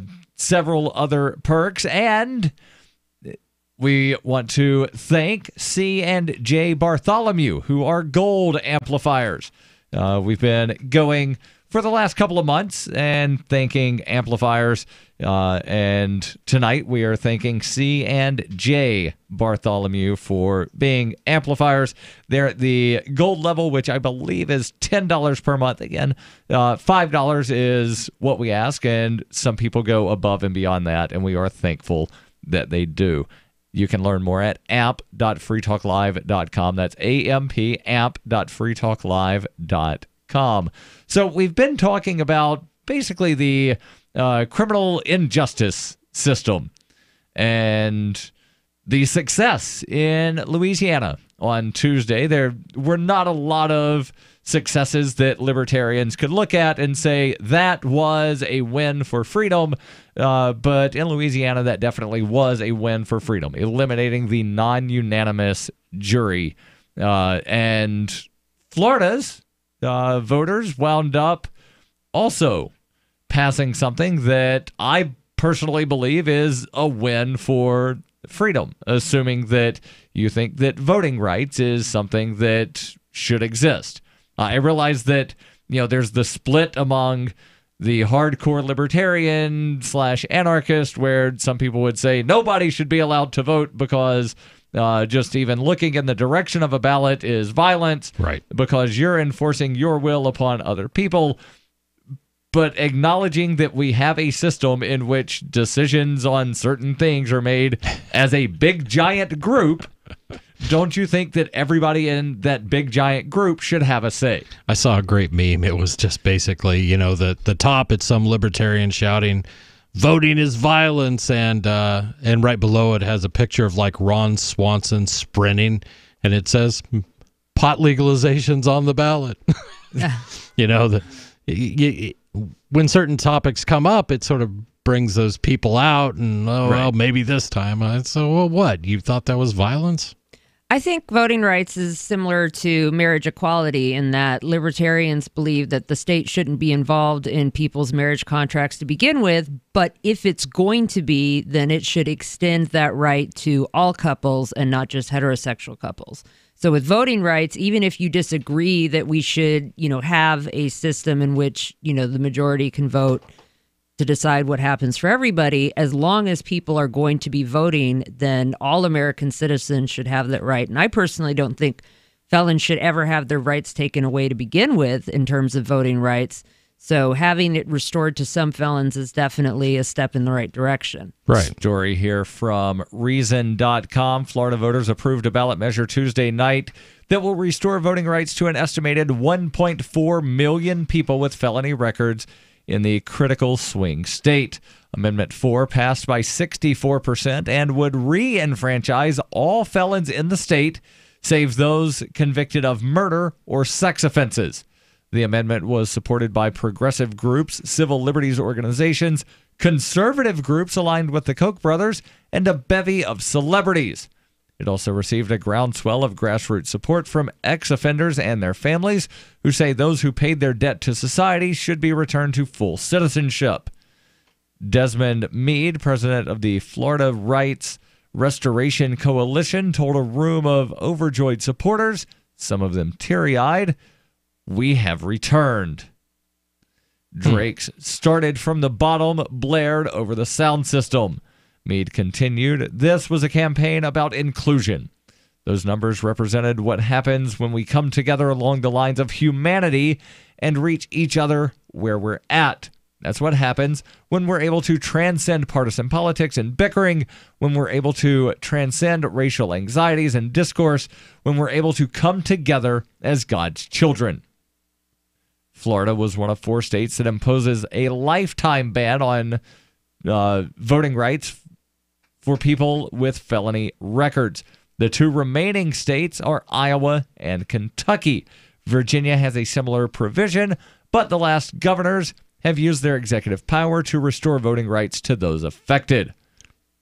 So I guess my other question with those is 3 strikes only a federal thing? It is, isn't it? I believe California has 3 strikes, but I don't know, how that winds up. I guess what I'm trying to correlate is states that deny felons the right to vote, but then make it very easy just because of circumstance for a lot more people to become felons. You know what I mean?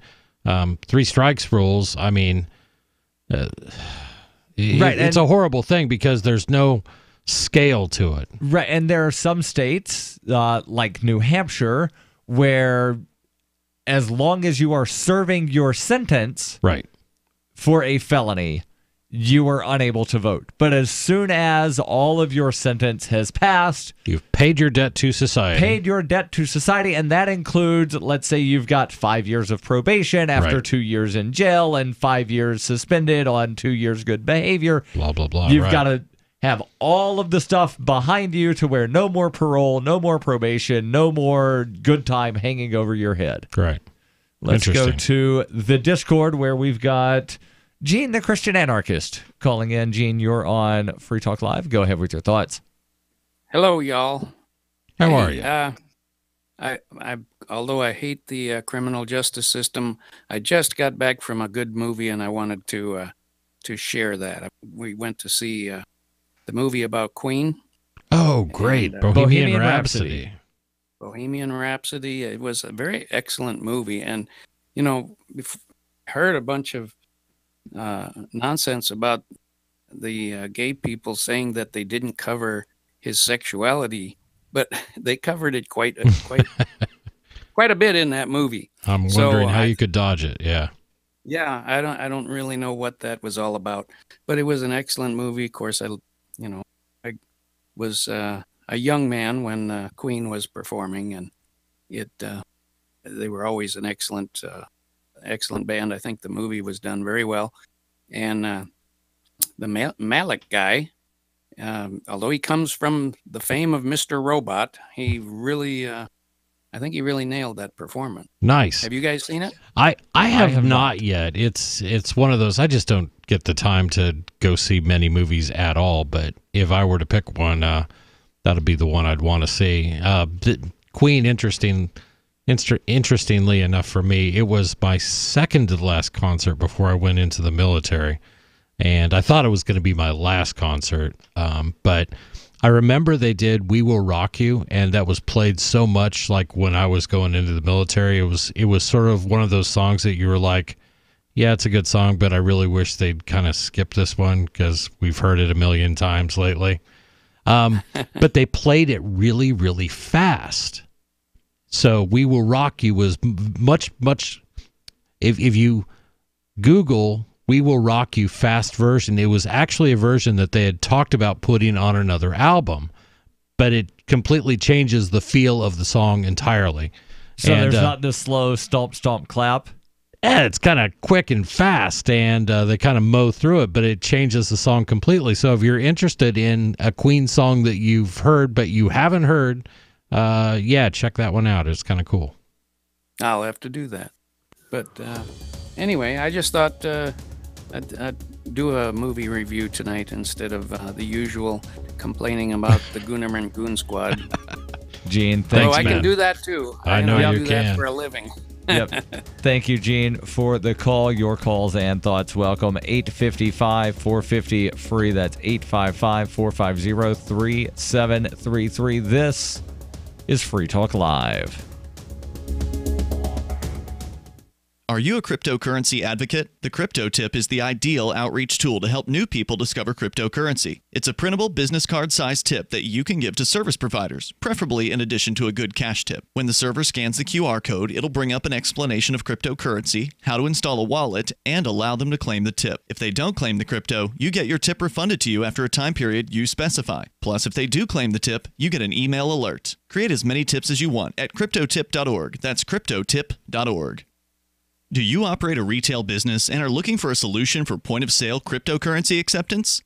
It's never been easier thanks to AnyPay.global. There's no paperwork or approval process to open an account. If you already have a tablet at your cash register, you're almost done. Just sign up at AnyPay.global, drop your personal crypto wallet addresses in our setup page, and then load our app.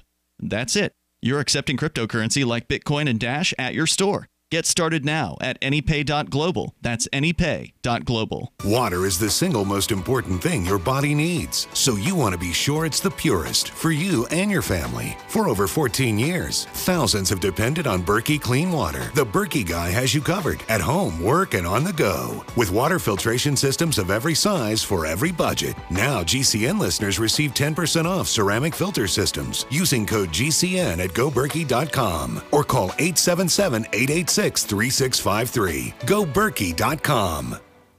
In these uncertain times, it makes sense to have a sustainable backup method to cook food and boil water. If your current plan includes using a fuel-burning stove or cooking over an open fire, then there's a much better way. The Minuteman Rocket Stove is a biomass-burning cooking stove that only requires small quantities of sticks and twigs for fuel. The Minuteman Stove is easy to use, smokeless, portable, powerful, and sustainable. For the finest in survival cooking stoves and fire starters made right here in the USA, go to MinutemanStove.com. That's MinutemanStove.com.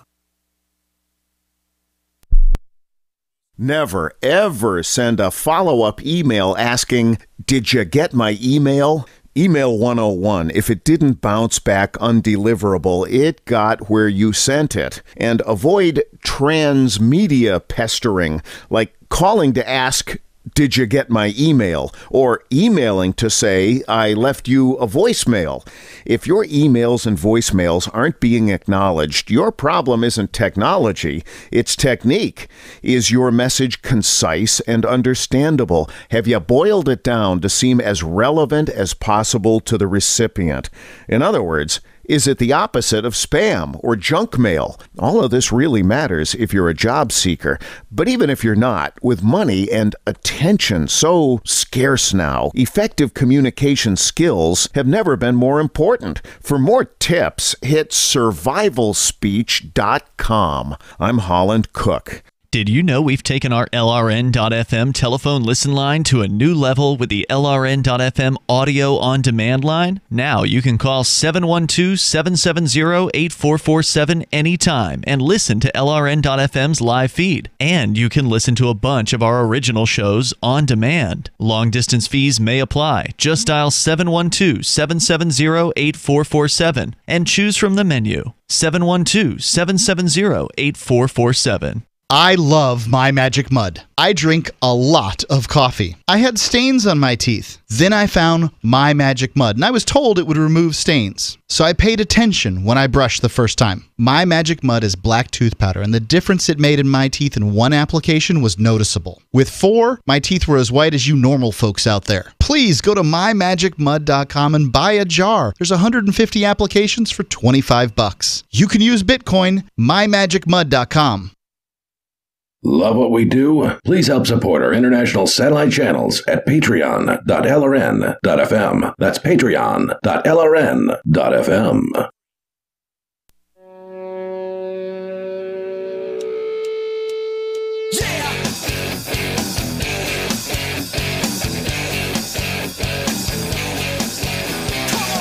This is Free Talk Live.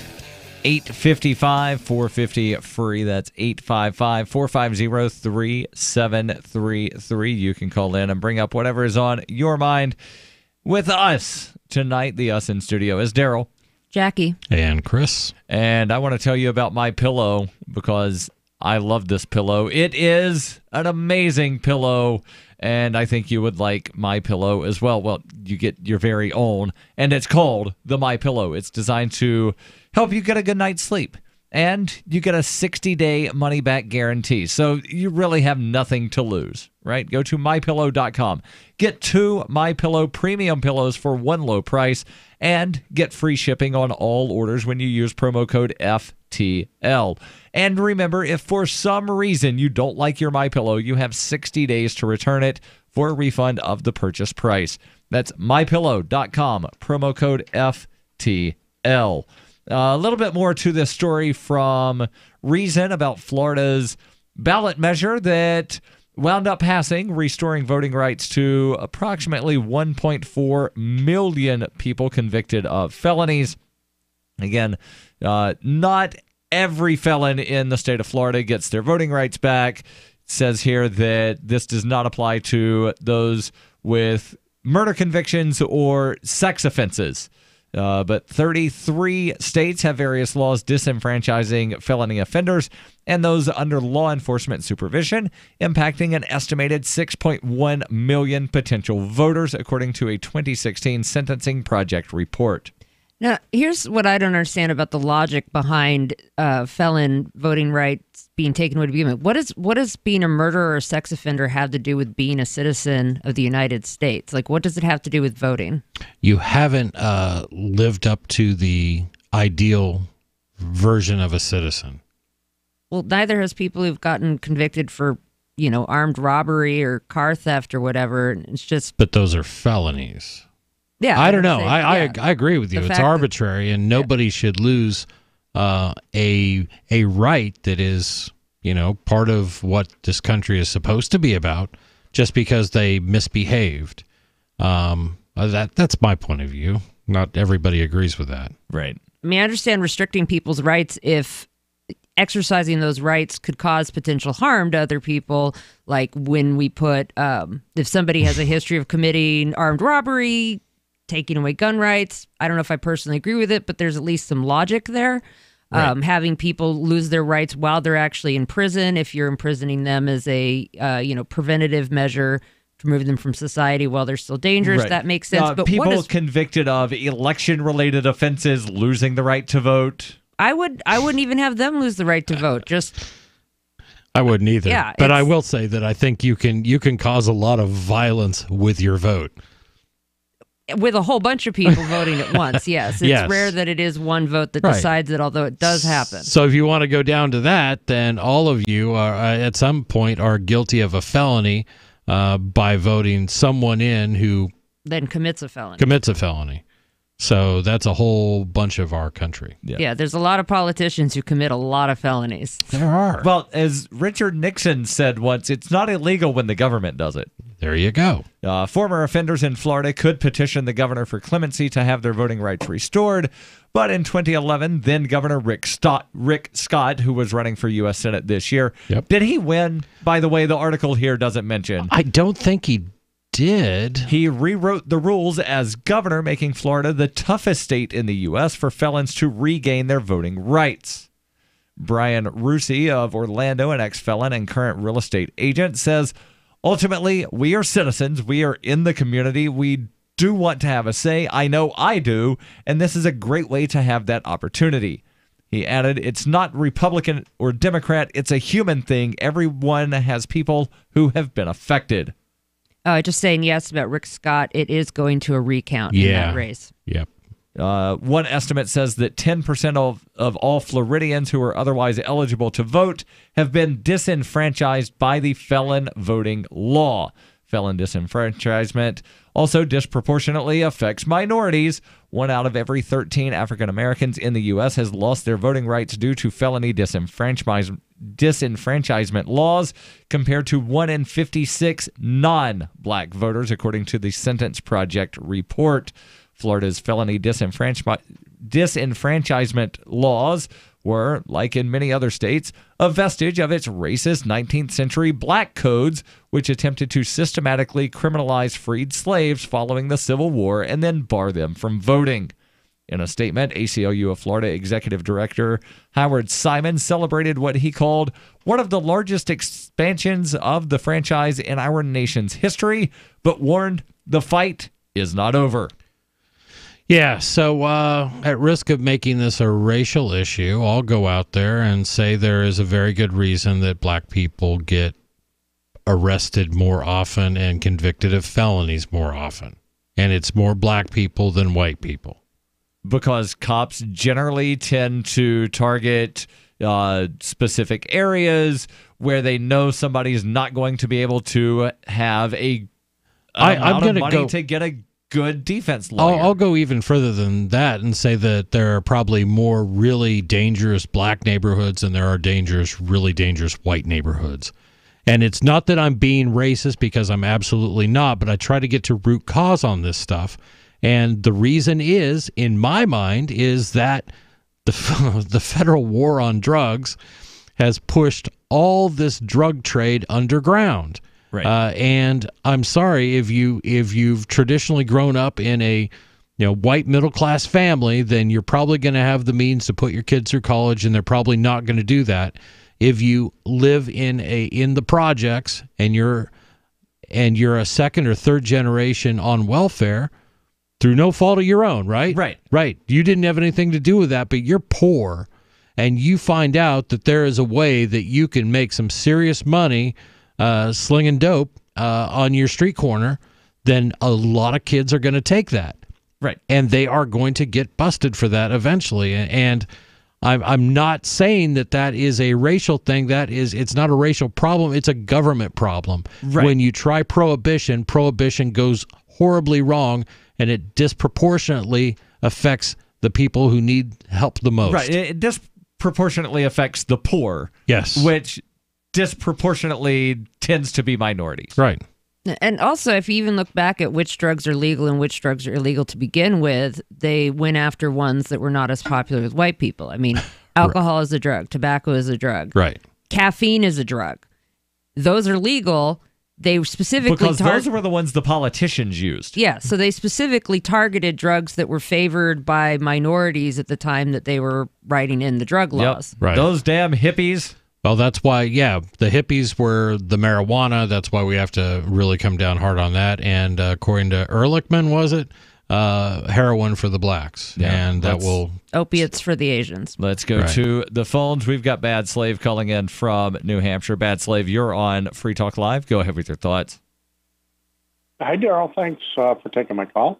I wanted to bring up, by the way, I think that all government action to restrict the individual's, choices, are suspect at the get-go, and probably some huge portion of them, even if we allow government going forward, need to be gotten rid of.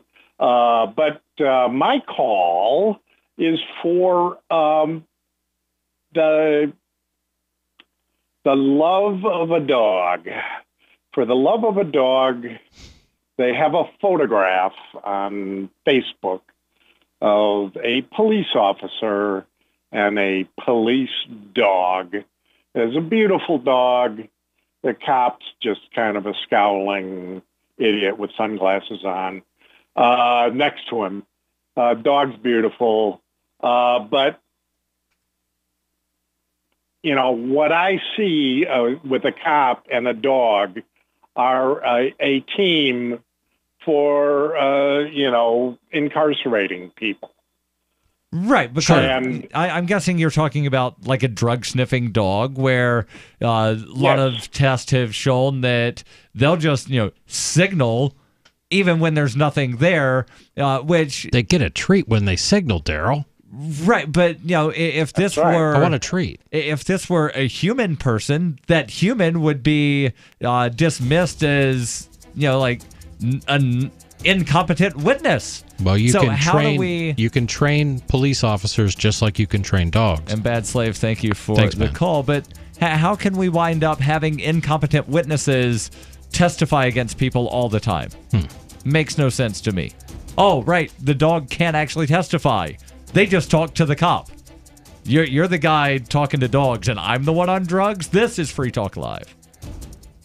Marijuana has unleashed a green gold rush across our nation. It's creating $10.8 billion in new wealth a year. And every day, it's transforming more and more Americans into millionaires. In an historic event, former Speaker of the House John Boehner reveals how you could become one of them. Join him online for the American Cannabis Summit. Attendance is 100% free, but space is limited. To secure your spot, text JOIN to 44055. This event is the first of its kind ever. John Boehner and an esteemed panel will reveal which cannabis stocks are primed to deliver life-changing windfalls in the weeks and months ahead. Plus, they will show you how to become a cannabis angel investor, backing the hottest startups before they potentially become worth billions of dollars. To join American Cannabis Summit, text JOIN to 44055. Attendance is free. Text JOIN to 44055.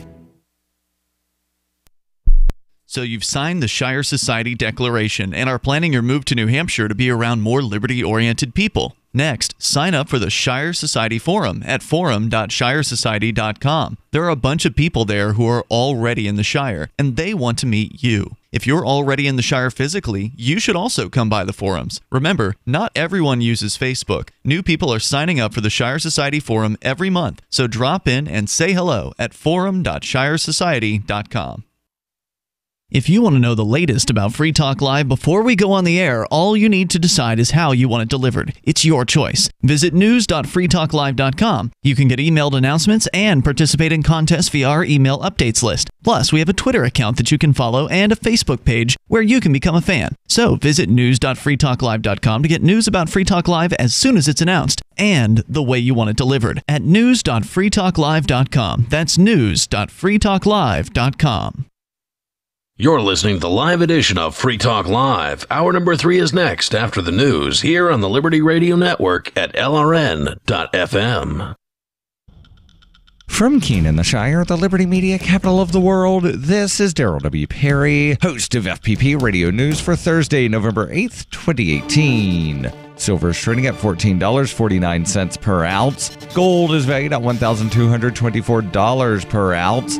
Zen is trading at $15, and the average price of Bitcoin is $6,502.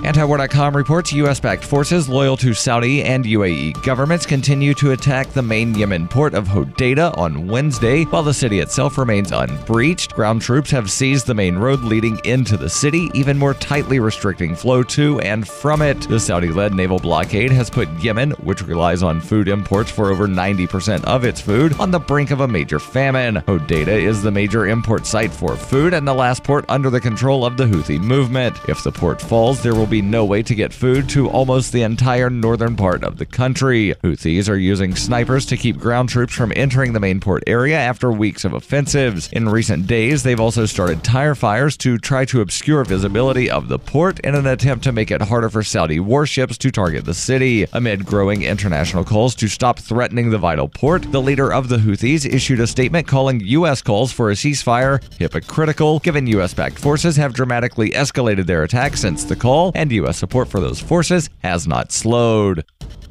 In 1999, Darryl W. Perry began a search for traditional values, which led him down a path to the ideas of liberty. He tells the story in A Rebel's Journey, My Path to Liberty. Of the book, Dr. Brian Sovereign says, "Sometimes it's funny, and sometimes I think it's crazy, but it's always authentic." Find A Rebel's Journey, My Path to Liberty by Darryl W. Perry on Facebook, read reviews on Amazon, ask for A Rebel's Journey wherever books are sold, or visit arebelsjourney.com.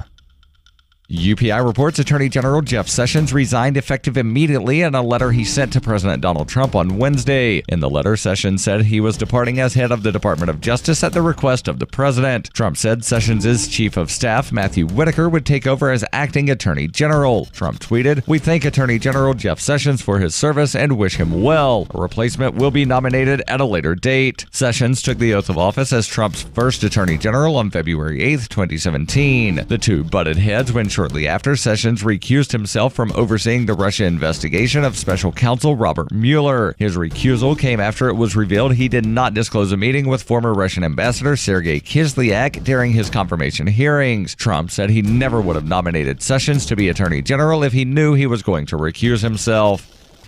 Zencash is now Horizon. Horizon is a privacy platform built on zero-knowledge technology with a decentralized secure node architecture. The Horizon platform enables real-life uses beyond currency, including the ability to privately chat with other people. Soon, Horizon will enable you to publish information and go anywhere on the web, all with complete privacy. Horizon, bringing privacy to life. Learn more at horizon.global. HORIZEN.global.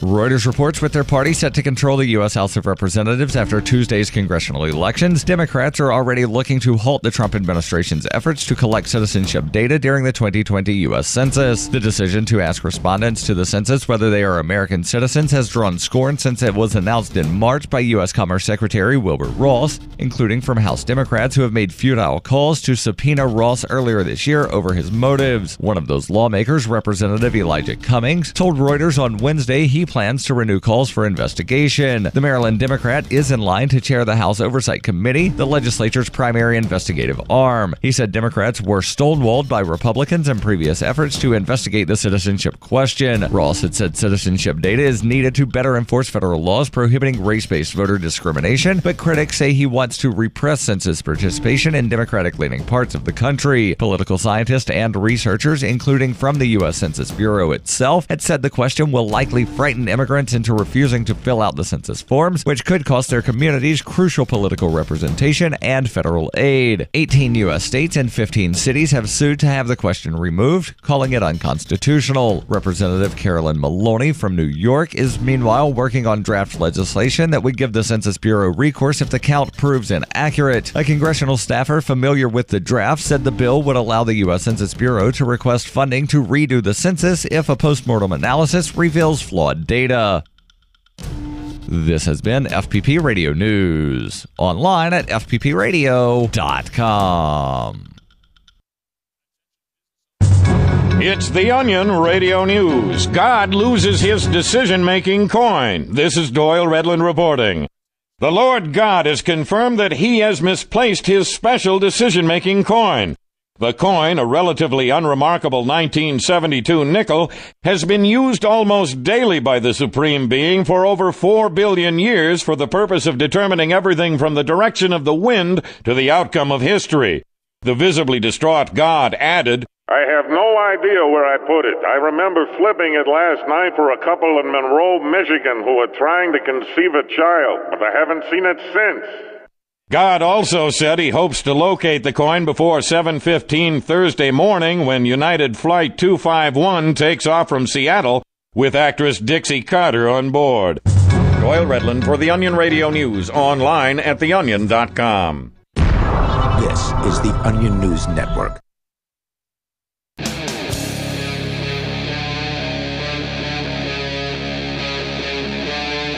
Free Talk Live.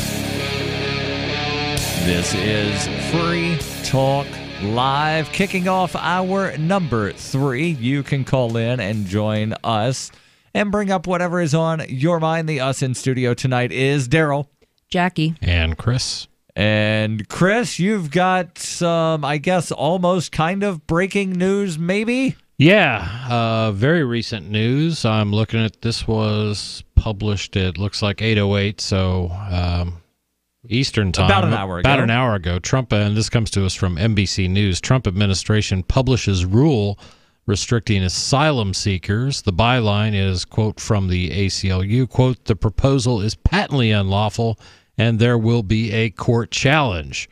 Washington, fulfilling President Donald Trump's midterm promise to crack down on undocumented immigrants crossing the southwest border. The Departments of Justice and Homeland Security published a rule on Thursday that will make it harder for immigrants to claim asylum if they are caught crossing the border between designated ports of entry. Senior administration officials told reporters on a conference call that the president has the legal authority to do so because of sections of immigration law that allow the president discretion over who is admitted into the United States, the same language the administration used to support its travel ban in court. The officials... The travel ban that was challenged a couple of times before I think the court unfortunately upheld. I think they upheld most of it because whether you agree with him or not, there is a law written that is pretty clear that gives the president the ability to decide basically who gets in and who can't. But the version that wound up holding up in the courts, instead of only including Muslim majority countries, also included Venezuela and North Korea. And he was like, see, it's not a Muslim ban because Venezuela and North Korea. Right. The officials said the plan is to force more immigrants who wish to claim asylum to do so at designated ports of entry. Recently, many asylum seekers have chosen to cross illegally because they are kept waiting for days in Mexico due to backlogs at ports of entry. In a joint statement, Secretary of Homeland Security Kirstjen Nielsen and Acting Attorney General Matt Whitaker said, quote, consistent with our immigration laws, the president has broad authority to suspend or restrict the entry of aliens into the United States if he determines it to be of national interest to do so. Now, is this from the Alien and Sedition Acts that were passed in the late 1700s, or is this a new thing? Because I know that parts of those are still on the books. Maybe. I couldn't tell you offhand. I'll have to research this a little bit. The full text of the new regulation, they hyperlink to it. The administration is expecting lawsuits to be filed, which could keep the new policy from going into effect. Now, let's pause real quick. And sure. I want to go back to the statement from NBC News about many asylum seekers choosing to just sneak into the country at someplace other than one of these authorized ports of entry. Right. Because the ports of entry where they're allowed to wind up going to seek asylum are backlogged. Right. And now Trump is saying, if you don't stop at one of these backlogged locations, then we're not going to authorize you to seek asylum because we're very inefficient at our job. So go to the very inefficient places instead of going to a more efficient place. Right, and they talk about that a bit here. And this is a quote from the ACLU, quote, "The proposal is patently unlawful and there will be a court challenge," said Lee Gallant, deputy director of the ACLU's Immigration Rights Project. Immigrants crossing between ports of entry will still be allowed to claim asylum, but they will have to prove that they meet a higher bar than, quote, credible fear of returning to their home country, the current preliminary test. Now, something that was passed, and we will get to the phones here in just a second, a regulation, not a law, not a statute, correct, but a regulation that was signed by Jeff Sessions said that domestic violence is no longer an acceptable reason to seek asylum in the United States. So if you are fleeing an abusive spouse in another country, that's no longer valid justification for getting asylum in the United States. Yeah, that sounds like one that would be pretty easy for them to say and make it pretty hard to defend against. You know what I mean? It's sort of like, okay, your spouse is abusive, so you want to leave Guatemala or Honduras, so why don't you move in with your folks? You know what I mean?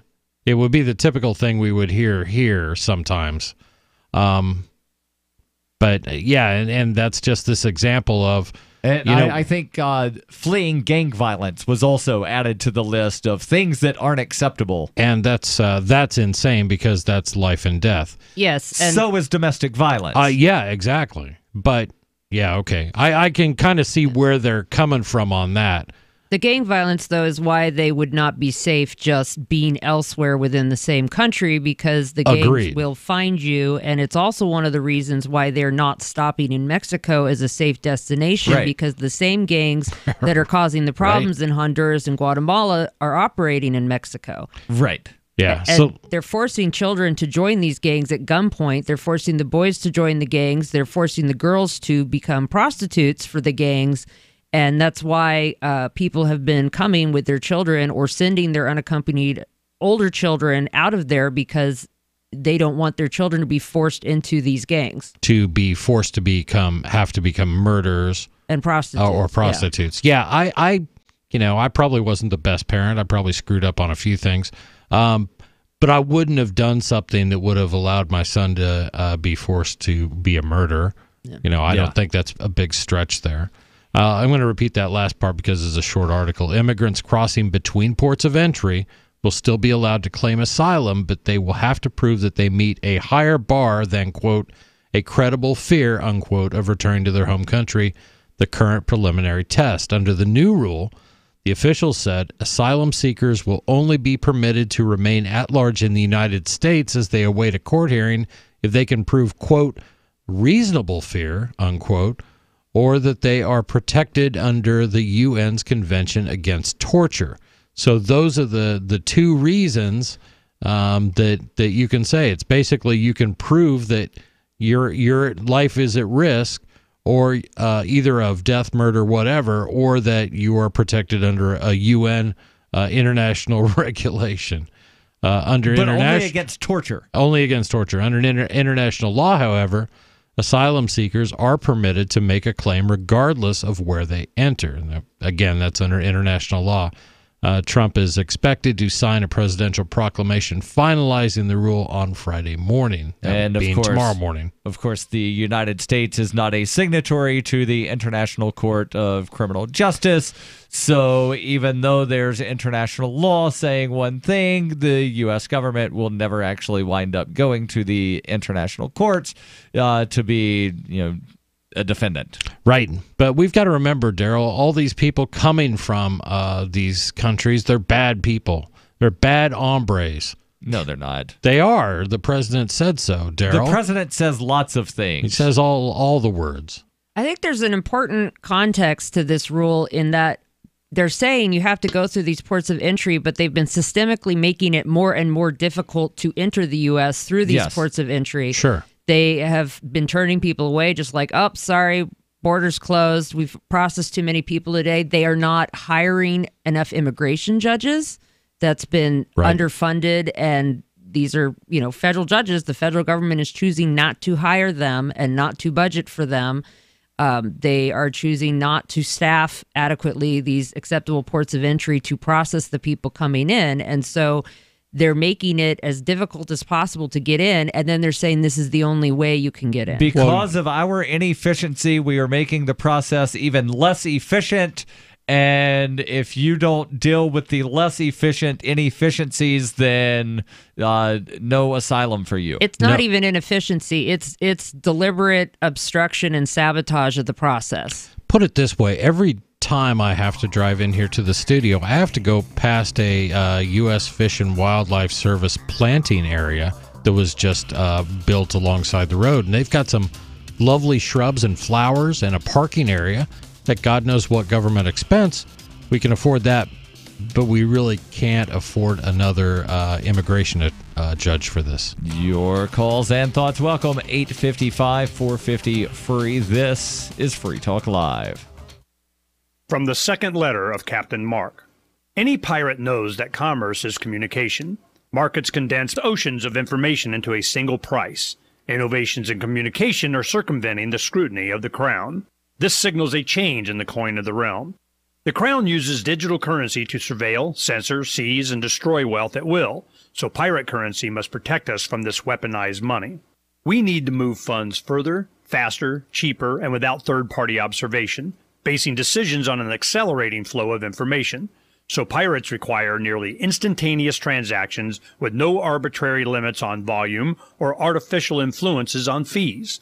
Most importantly, a pirate currency must preclude centralization.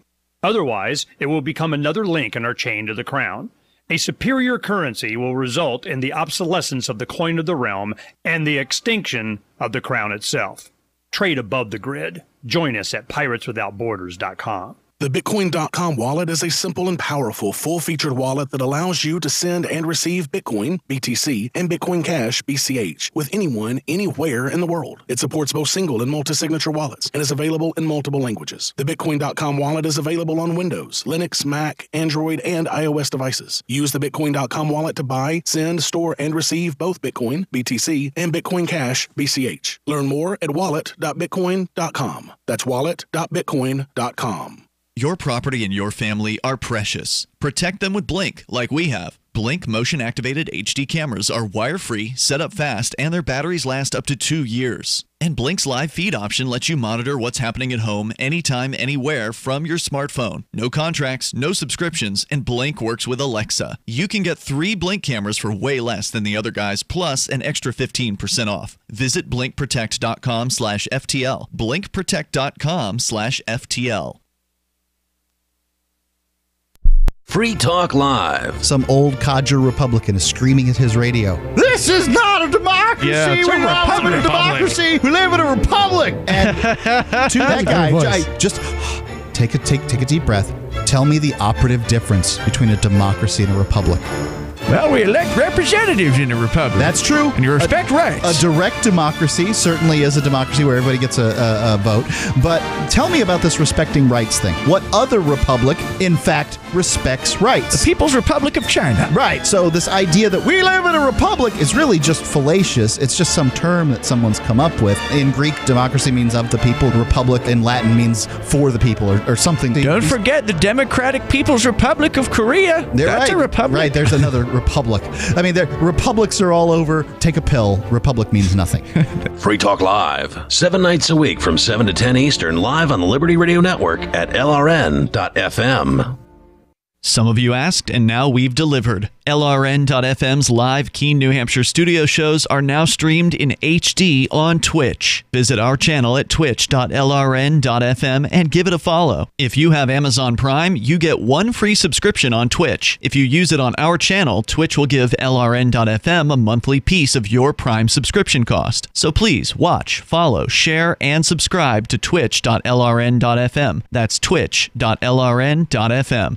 The new 4th edition of Healing Our World, The Compassion of Libertarianism will take your understanding of liberty to a deeper level and has over 1,300 updated references, new cartoons, and a foreword by Dr. Ron Paul. With discounts for multiple book purchases, the 4th edition of Healing Our World is a great gift for the liberals, pragmatists, environmentalists, and Christians in your life who think libertarianism is cold-hearted. Get yours today at healing.freetalklive.com and use promo code FTL for a $5 discount. Now you can follow LRN.FM on the decentralized Mastodon social media platform at toot.lrn.fm, toot.lrn.fm.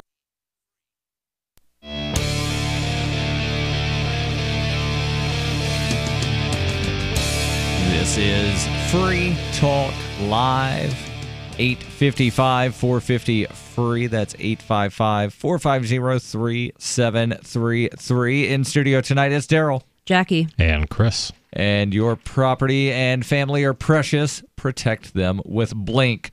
Blink motion-activated HD cameras are wire-free. They set up fast, and the batteries last up to 2 years. And Blink's live feed option lets you monitor what's happening at home anytime, anywhere from your smartphone. No contracts, no subscriptions, and Blink works with Alexa. Alexa, check my Blink cameras. Get your Blink camera system starting at less than $100. Again, no contracts, no subscriptions. Visit blinkprotect.com/FTL.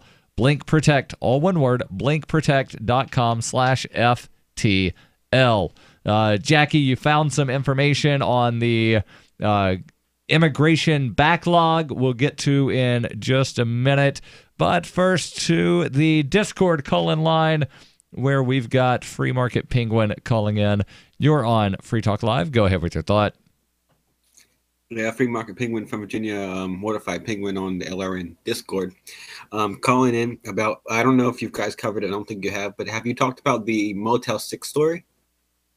Are you talking about the story that actually came out a couple of years ago where Motel 6 said that they would wind up contacting ICE about foreign people that were staying there?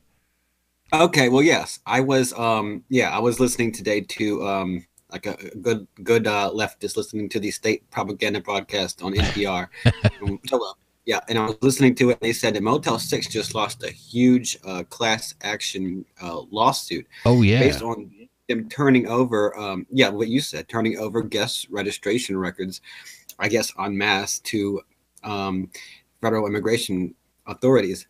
$7.6 million settlement. Yeah. I don't know what number you or where you got that number, Chris. Dallas News says it's $8.9 million. Well, inflation, Darryl. Now I wonder how much of that's going to go to the people who are actually harmed versus how much of that's going to go to the lawyers. About $100,000 divided up amongst thousands of people. They'll get a coupon. That's what I remember. Free night stay. So the $7.6 million to the plaintiffs, and the additional covers the legal fees. Right. So that's the difference there between the 7.6 and the 8.9. I got a question. Have you guys ever been involved in a class action lawsuit? Yes. Yeah. Yes, I have. Did you get a check? $1,000. $1,000? What was that for? Hooters. Hooters? Or did they deny you employment or something like that, Darryl? Back in the late 90s.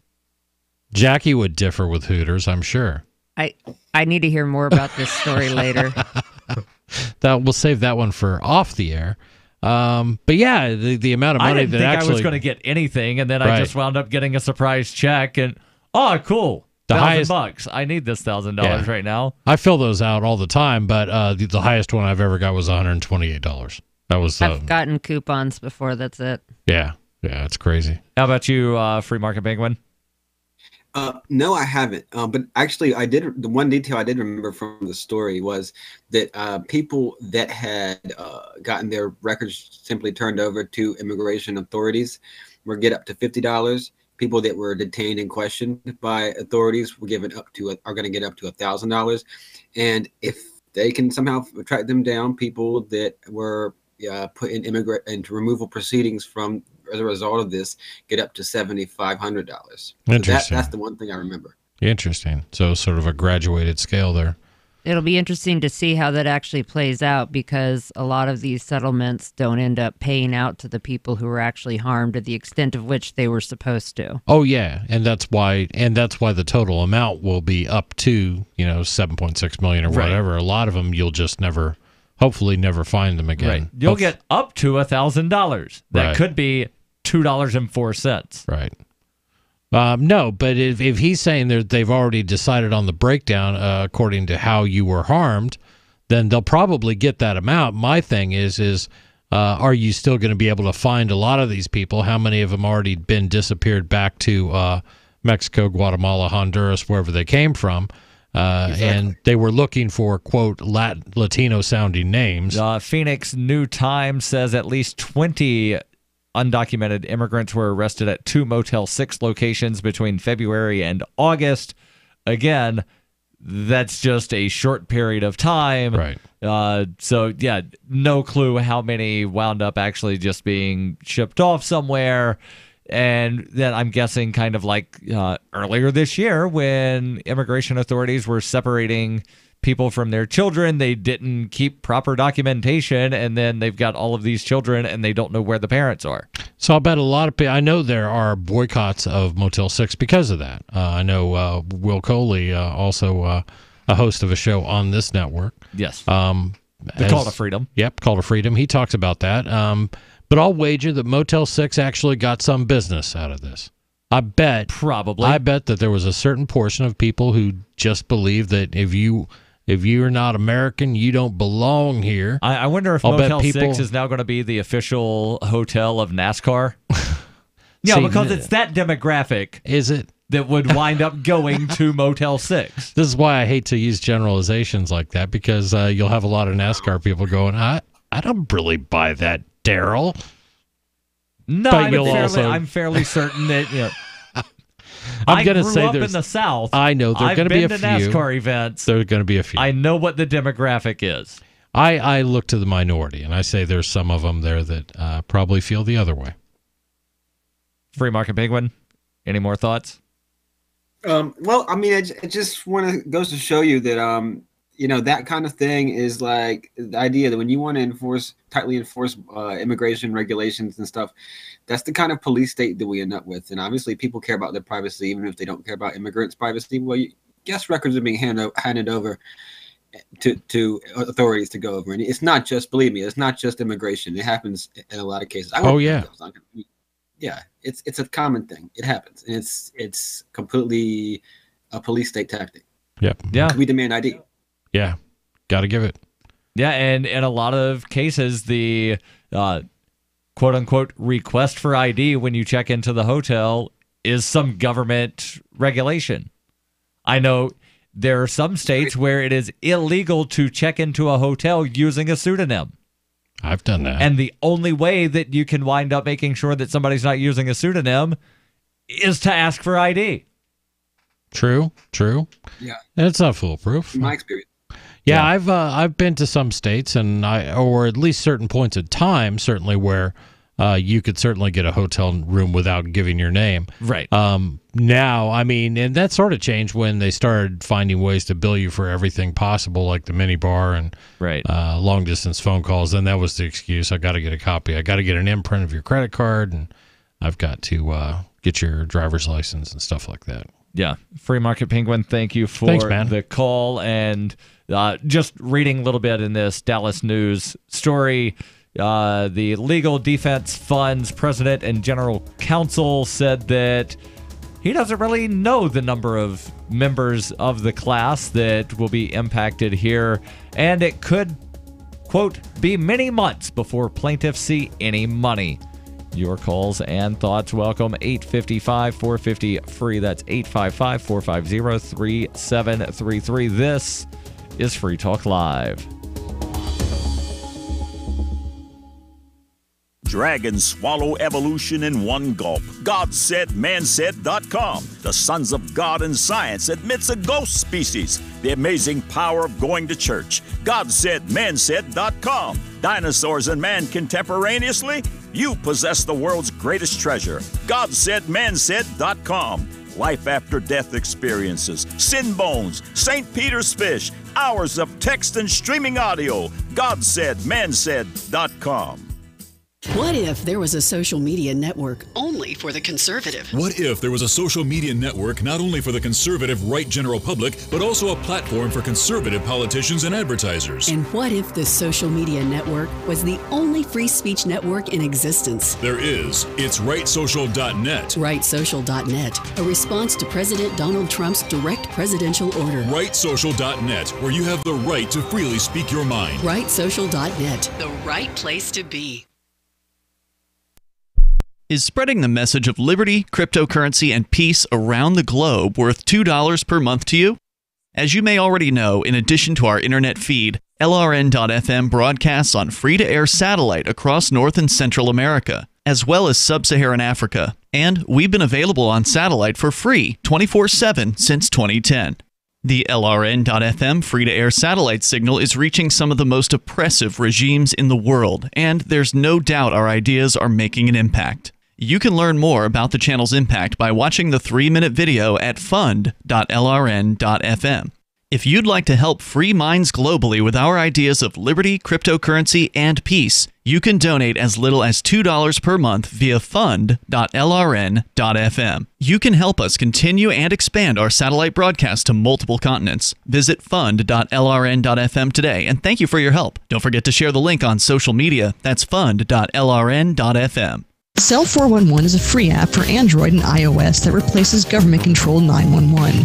Cell 411 allows you to preset a group of friends or private organizations to show up at any emergency. Cell 411 is a nightmare for the state because it proves their so-called services aren't needed. Cell 411 has had thousands of installs, and of course it's covered by the BIPCOT no government license. Cell 411 because your friends won't shoot you when you're in trouble. Without the government, who would build the emergency services? You and Cell 411. Get it today at getcell411.com. So you've heard all 3 hours of the latest episode of Free Talk Live, and you're still hungry for liberty-oriented audio content? Did you know that we have another 24/7 audio stream at LRN.FM? The Liberty Radio Network airs the latest episodes of some of the best liberty-oriented podcasts on the internet around the clock. In addition to recorded content, you'll also hear live shows like Free Talk Live, originating from our Keene, New Hampshire studio. So listen anytime at LRN.FM. That's LRN.FM. I've been told no in many different ways. I give you an order and you're going to obey it. George, you can go this way. You can do that and you have to leave here. You cannot bring signs into the rally. Walk with me. Well, I'm comfortable here, actually. Whoa, Hey, who do you think you are? Excuse me. There is no video and audio allowed in this office. No, I have work today. You ain't going to make it. Wait on account. Now. Wait a minute. Whoa! Hey! Oh my God! Unbelievable! Why are you running from me? Because you scared me. What am I being detained for? You're being served. What is this? You're being served. What is this? Bureaucrats have a funny way of telling people no. That's the sound of the men working on the chain. Derek J's Victimless Crime Spree. Watch it for free and order the Director's Cut DVD at victimlesscrimespree.com. This is the Liberty Radio Network, broadcasting the latest liberty-oriented audio content 24 hours a day at LRN.FM.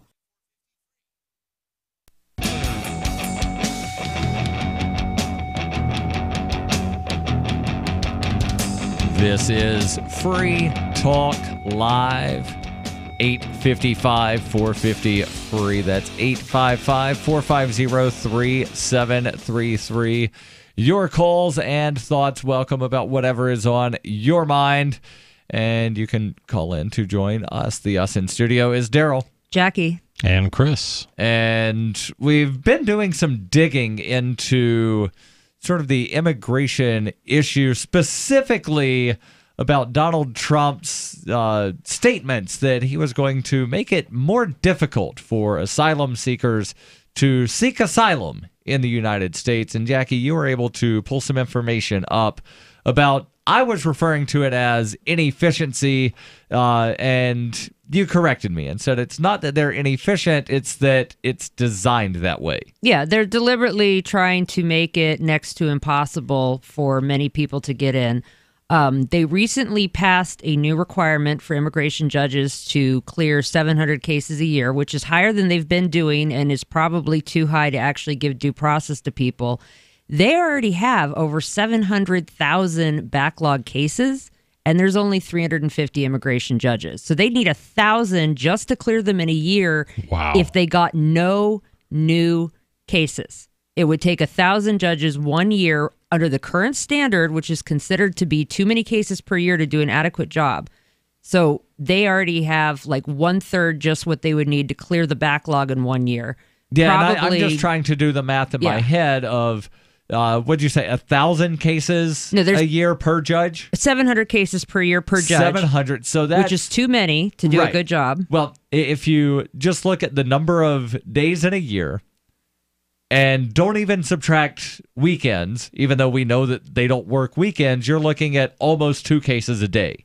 And then subtract off weekends, you're looking basically 2.5 cases per weekday that each judge has to go through. That's not enough time to fully vet anything. Yes. Unreal. And so they only have 350 judges. Now, they've been budgeted to hire 150 more, but they would need to hire realistically 10 times that more to clear the backlog and keep up with the new cases. So now, instead of people being able to come into the United States and apply for asylum here, which is part of the process, is legal, Trump is trying to just go around that law and force them through the port of entry and slow this down even more, where they have to wait and outside of the U.S. trying to apply for asylum instead of coming to the U.S. and applying for asylum and then waiting here while they wait in the backlog. Yeah, so it's a way of achieving a goal he has. It's just another roundabout way of going about it. Right, and I think it's going to be just more of the same from the administration. I'm every couple curious months. on something here because I know that somebody can apply for asylum without actually either being at the port of entry or in the country if they go to an embassy. Trump's statement of you have to go to a port of entry, would it remove the ability of somebody to go to the American consulate in the country where they live and seek asylum? That's a good question. Because it seems to me, and it could just be, bad reporting on behalf of the various news organizations that are reporting on this, or it could be just a complete misstatement by Trump on what he's actually proposing. Right. And it could be a combination of both. Because Trump has previously said things that when he actually winds up signing whatever executive order, it's not the thing that he said that he was going to do.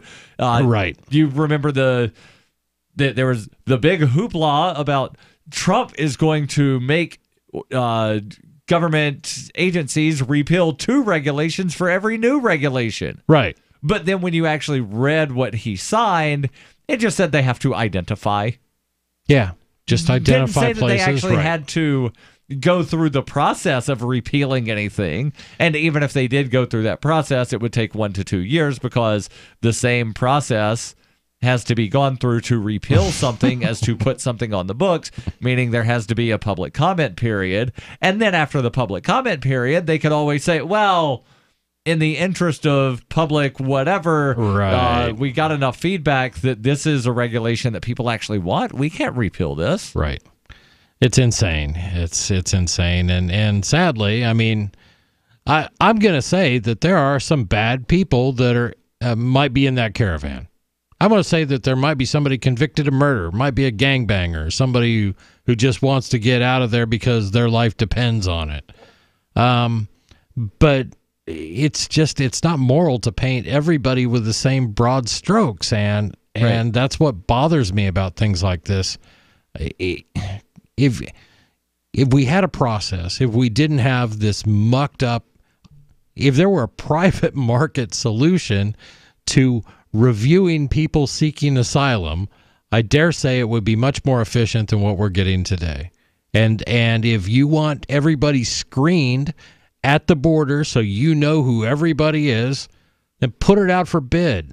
Quit looking to government, which isn't efficient at anything, to try to solve this for you.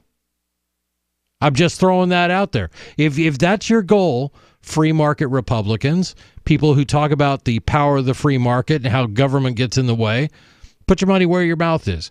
Subcontract this out. Get some bids together. See what it would cost. I bet you'll do it cheaper. I'm just trying to figure out why this should even be something that should be contracted out. Well, if we go back to philosophically, in my mind, it shouldn't exist at all. But what I'm saying is here you go, Republicans. The Republicans who claim to like this Constitution thing that the federal government is supposed to abide by. Right. Show me where in the Constitution it mentions restricting human migration. Interstate commerce. Yeah, the Interstate Commerce Clause is what they blame everything for. But sure, I mean, we don't require people to be screened to travel between New Hampshire and Vermont. I don't really understand. Right. You can do your own vetting. Like, it's up to each individual person to decide, am I going to hire this person? Do your own vetting. Am I going to let this person rent my house? Right. Do your own vetting. And if you did contract it out to a private company, it would almost certainly end up being abused like private prisons are, where it's a giant federal contract that doesn't care at all about the actual human rights and welfare of the people that it's processing. Because what's been happening when they've been turning people back, saying, we're at capacity for today, they're leaving them homeless with very little money, stranded in these border towns, and they're getting kidnapped, they're getting sex trafficked, they're getting murdered, they're getting turned over to the gangs or whoever it is they're fleeing from because they're offering money to get these people back in some cases. Kidnapping is very high. That's what happens when we leave them on the Mexico side of the border.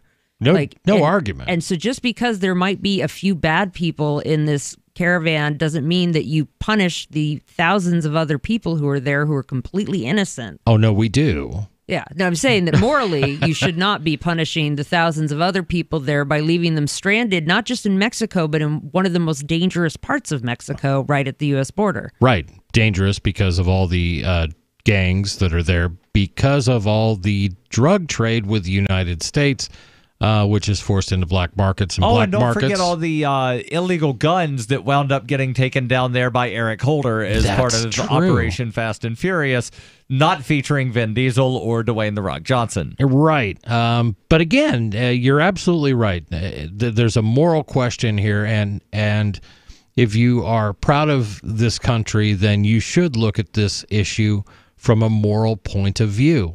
That's really what it comes down to, because that's what was promised to us by our founding fathers, and that's what so many Americans profess to. This is the greatest country in the world because of our Constitution and because of this. Well, number one, your government doesn't follow the Constitution except when it's convenient for them. And number two, I mean, do you look to government's example when you decide how to behave morally in your community? I doubt it. Your calls and thoughts welcome. 855-450 free. That's 855-450-3733. You can call in and bring up whatever is on your mind. This is Free Talk Live.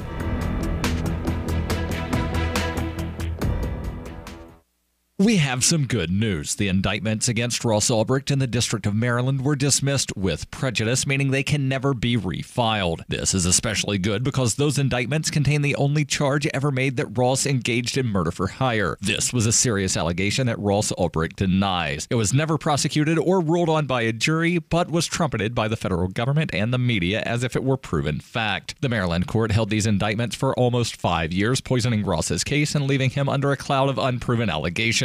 As explained in Ross's appeal to the Supreme Court, the fact that the judge used these allegations to give Ross a draconian sentence of double life without parole violated his Sixth Amendment right to a jury trial. Judges are required to issue sentences based on convictions decided by a jury, not unproven allegations never even charged at trial. Although this is a positive development, the dropped indictment will not set Ross free. Now, a presidential pardon is Ross's only hope of freedom. Sign the petition at freeross.org. freeross.org. Marijuana has unleashed a green gold rush across our nation. It's creating $10.8 billion in new wealth a year. And every day, it's transforming more and more Americans into millionaires. In an historic event, former Speaker of the House John Boehner reveals how you could become one of them. Join him online for the American Cannabis Summit. Attendance is 100% free, but space is limited. To secure your spot, text JOIN to 44055. This event is the first of its kind ever. John Boehner and an esteemed panel will reveal which cannabis stocks are primed to deliver life-changing windfalls in the weeks and months ahead. Plus, they will show you how to become a cannabis angel investor, backing the hottest startups before they potentially become worth billions of dollars. To join American Cannabis Summit, text JOIN to 44055. Attendance is free. Text JOIN to 44055. On Free Talk Live, we're bringing people to the ideas of liberty every day. From wrestling superstars like Glenn Jacobs. You guys really are having an impact, I believe. Like I said, a lot of where I am now is due to listening to Free Talk Live. You changed my mind on some very important issues years ago. To random people tuning in on the radio. I was kind of stuck in the left-right paradigm. I heard your show by chance on a Saturday night. From there, I went on, joined the Free State Project, and become an amplifier. So, I mean, that's really the reason why I amp is because I know that if it wasn't for you guys being on as many stations as you are, I never would have found the ideas of liberty. Your amp will directly change more lives by getting Free Talk Live in front of people looking for talk radio online and on the air. When you amp Free Talk Live, you get perks like access to the AMP-only Facebook group and AMP podcast. Visit amp.freetalklive.com. LRN.FM is proud to announce our official listening apps for Android and iOS devices. Now you can easily tune into our streams anywhere, anytime on your smartphone or tablet. Just visit apps.lrn.fm or search for LRN.FM in the Android or Apple app stores. Please download, rate us 5 stars, then share the link on your social media and let your friends and family know how you're listening to LRN.FM. Download it now, free at apps.lrn.fm. We've all heard about blockchain assets like Dogecoin, Ether, and Ripple. Bitcoin isn't the only player in the blockchain game any longer. And for those of us wondering how to get our hands on these digital assets, finally, there's a solution. Shapeshift.io allows you to buy and sell between your digital assets and Bitcoin instantly between your own digital wallets. I've used it with ease. Shapeshift.io. There's no account or email address needed. You send them the crypto you want to sell. They send back the crypto you want to buy. It's that easy. Shapeshift.io. You can sign up to receive the latest about the Liberty Radio Network via our email updates at updates.lrn.fm. That's updates.lrn.fm.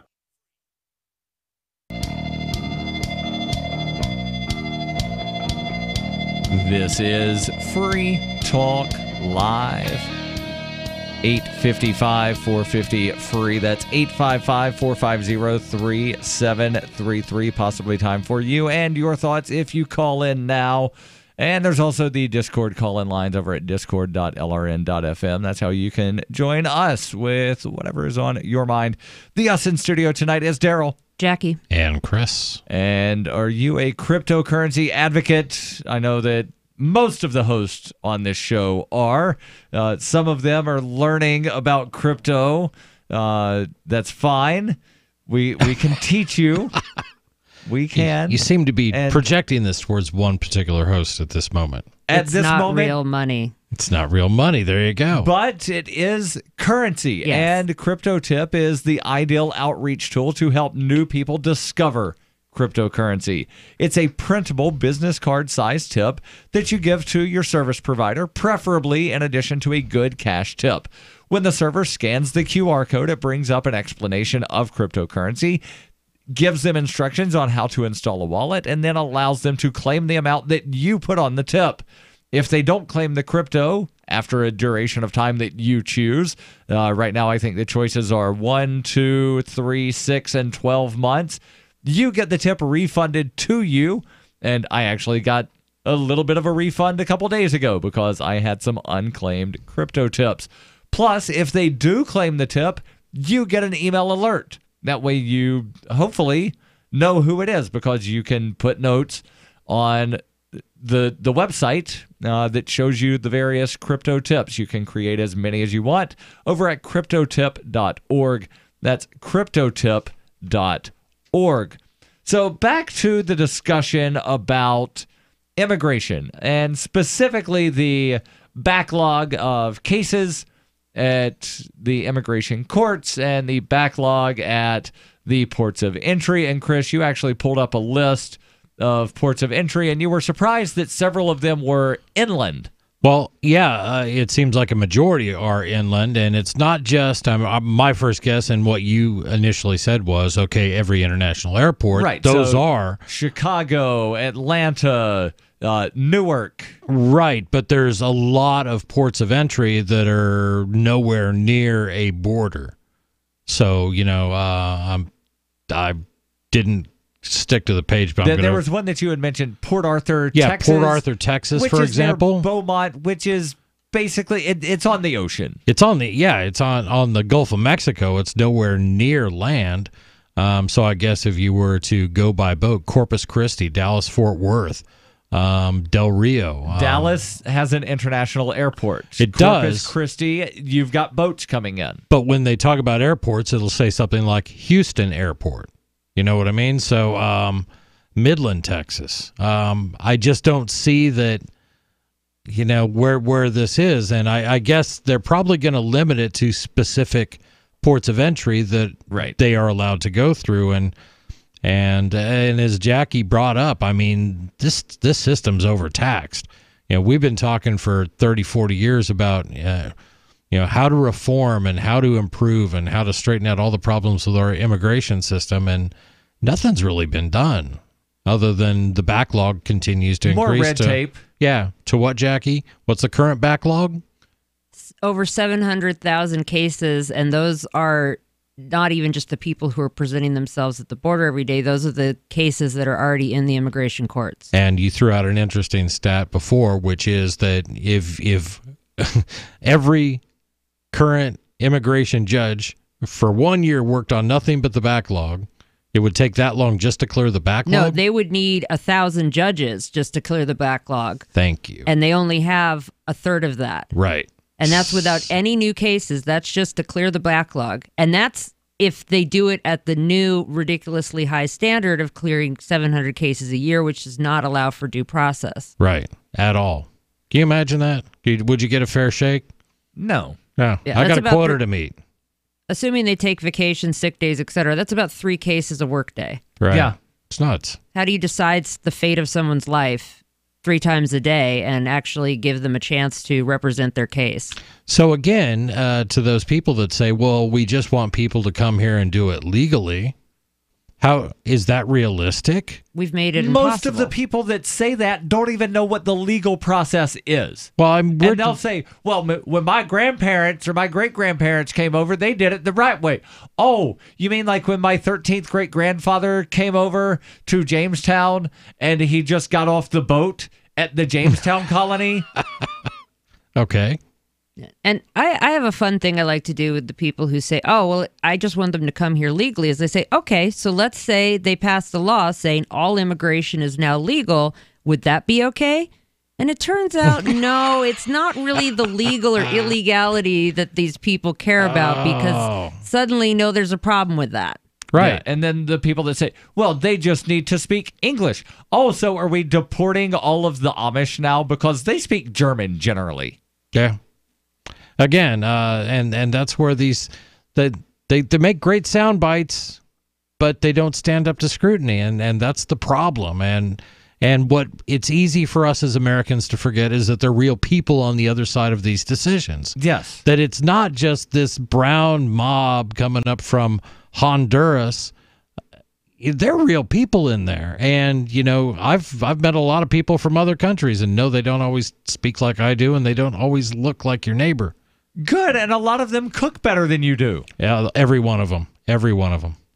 And one of the things I don't really like behind the native sentiments is they seem to lose sight of the fact that America isn't just a place or a culture or a race or a language. It's a set of ideals. And these are people who are coming here because they want to be part of those ideals. And one of the ideals is we are a nation of immigrants. We allow people to come in and make a life for themselves. That all men are created equal with certain inalienable rights, Right. such as life, liberty, pursuit of happiness. Yes. And that we're a country of laws, not of men.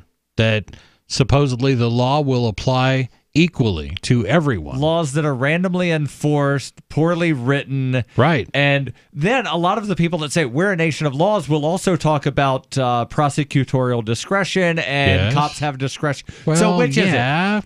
Hold on. Which is it? Is it that cops and prosecutors and judges have discretion on enforcement, or is it we're a nation of laws? Daryl, it's whatever it is that reaches the outcome that I desire at a given moment. Those are the things that I support. Oh, so there's no logic behind the statement. If you boil down a lot of these arguments about immigration, that's what it comes down to. It's somebody's personal feelings about what kind of neighbors they want, you know, who they want going to their school, and they're all going to suck taxpayer money. Right. And one of the things that I've heard before is, well, they don't look like me. Oh, so basically you're just a white nationalist. Well, no, that's not what I mean. Right. And the thing is if you think about it, what's more American, choosing to come to the United States and be part of the American ideals, or just having to be born here? Yeah. Like, people who choose to immigrate to the United States, who look at what we stand for and our history and our culture and our political system and our ideals, because again, I think America is more an idea than anything else, who choose that idea as adults, that they want that, I think they have a lot more legitimate claim on being real Americans than people who just happen to be born here because they were lucky. I think... like, what did I do to become an American? I was born. That's it. Right. I didn't walk 1,000 miles and, study and take a citizenship test and deliberately choose the United States as my destination. Yeah, and that's a really good point. And what does being an American mean to you? Is it strictly... Because if it comes down to birth, then by extension you would support kings, right? Because you were born into the right family. Therefore, he has a God-given right to be king and make decisions over your life. It's as ridiculous and absurd as that. Yeah, it really, really is. Any sort of closing thoughts here? We've got about a minute left in the show. I'd just like to say it's been fun doing a show with Jackie. This is the first time I've done that. I've heard you on a couple times. She's a good hostess. Oh, yeah. Thank you. Hostess. Yes. Is that the right term? Hostess is the person that when you go to Applebee's, they ask how many in the party. I know. And then she didn't ask you over to. She didn't ask me any of that. Yeah. Didn't give me a menu. Wait, I did ask if you'd like dinner. God, that was one of the first things you said. Yeah. So yeah, she is definitely a hostess. Yeah, because I did cook dinner tonight, and I had a plate for you if you wanted it. Perfect. But I had already eaten. Dang it. I'll be sure to starve myself before the next show we do together. Yes, I do cook most nights. And, well, we don't have time to get into it tonight, but I'll tease it so that we hopefully talk about it tomorrow. Venezuela's inflation rate just hit 830,000%, and it's continuing to rise. There you go. We'll probably talk about that tomorrow, plus your calls and thoughts, because we're live every night, and we're always online at freetalklive.com.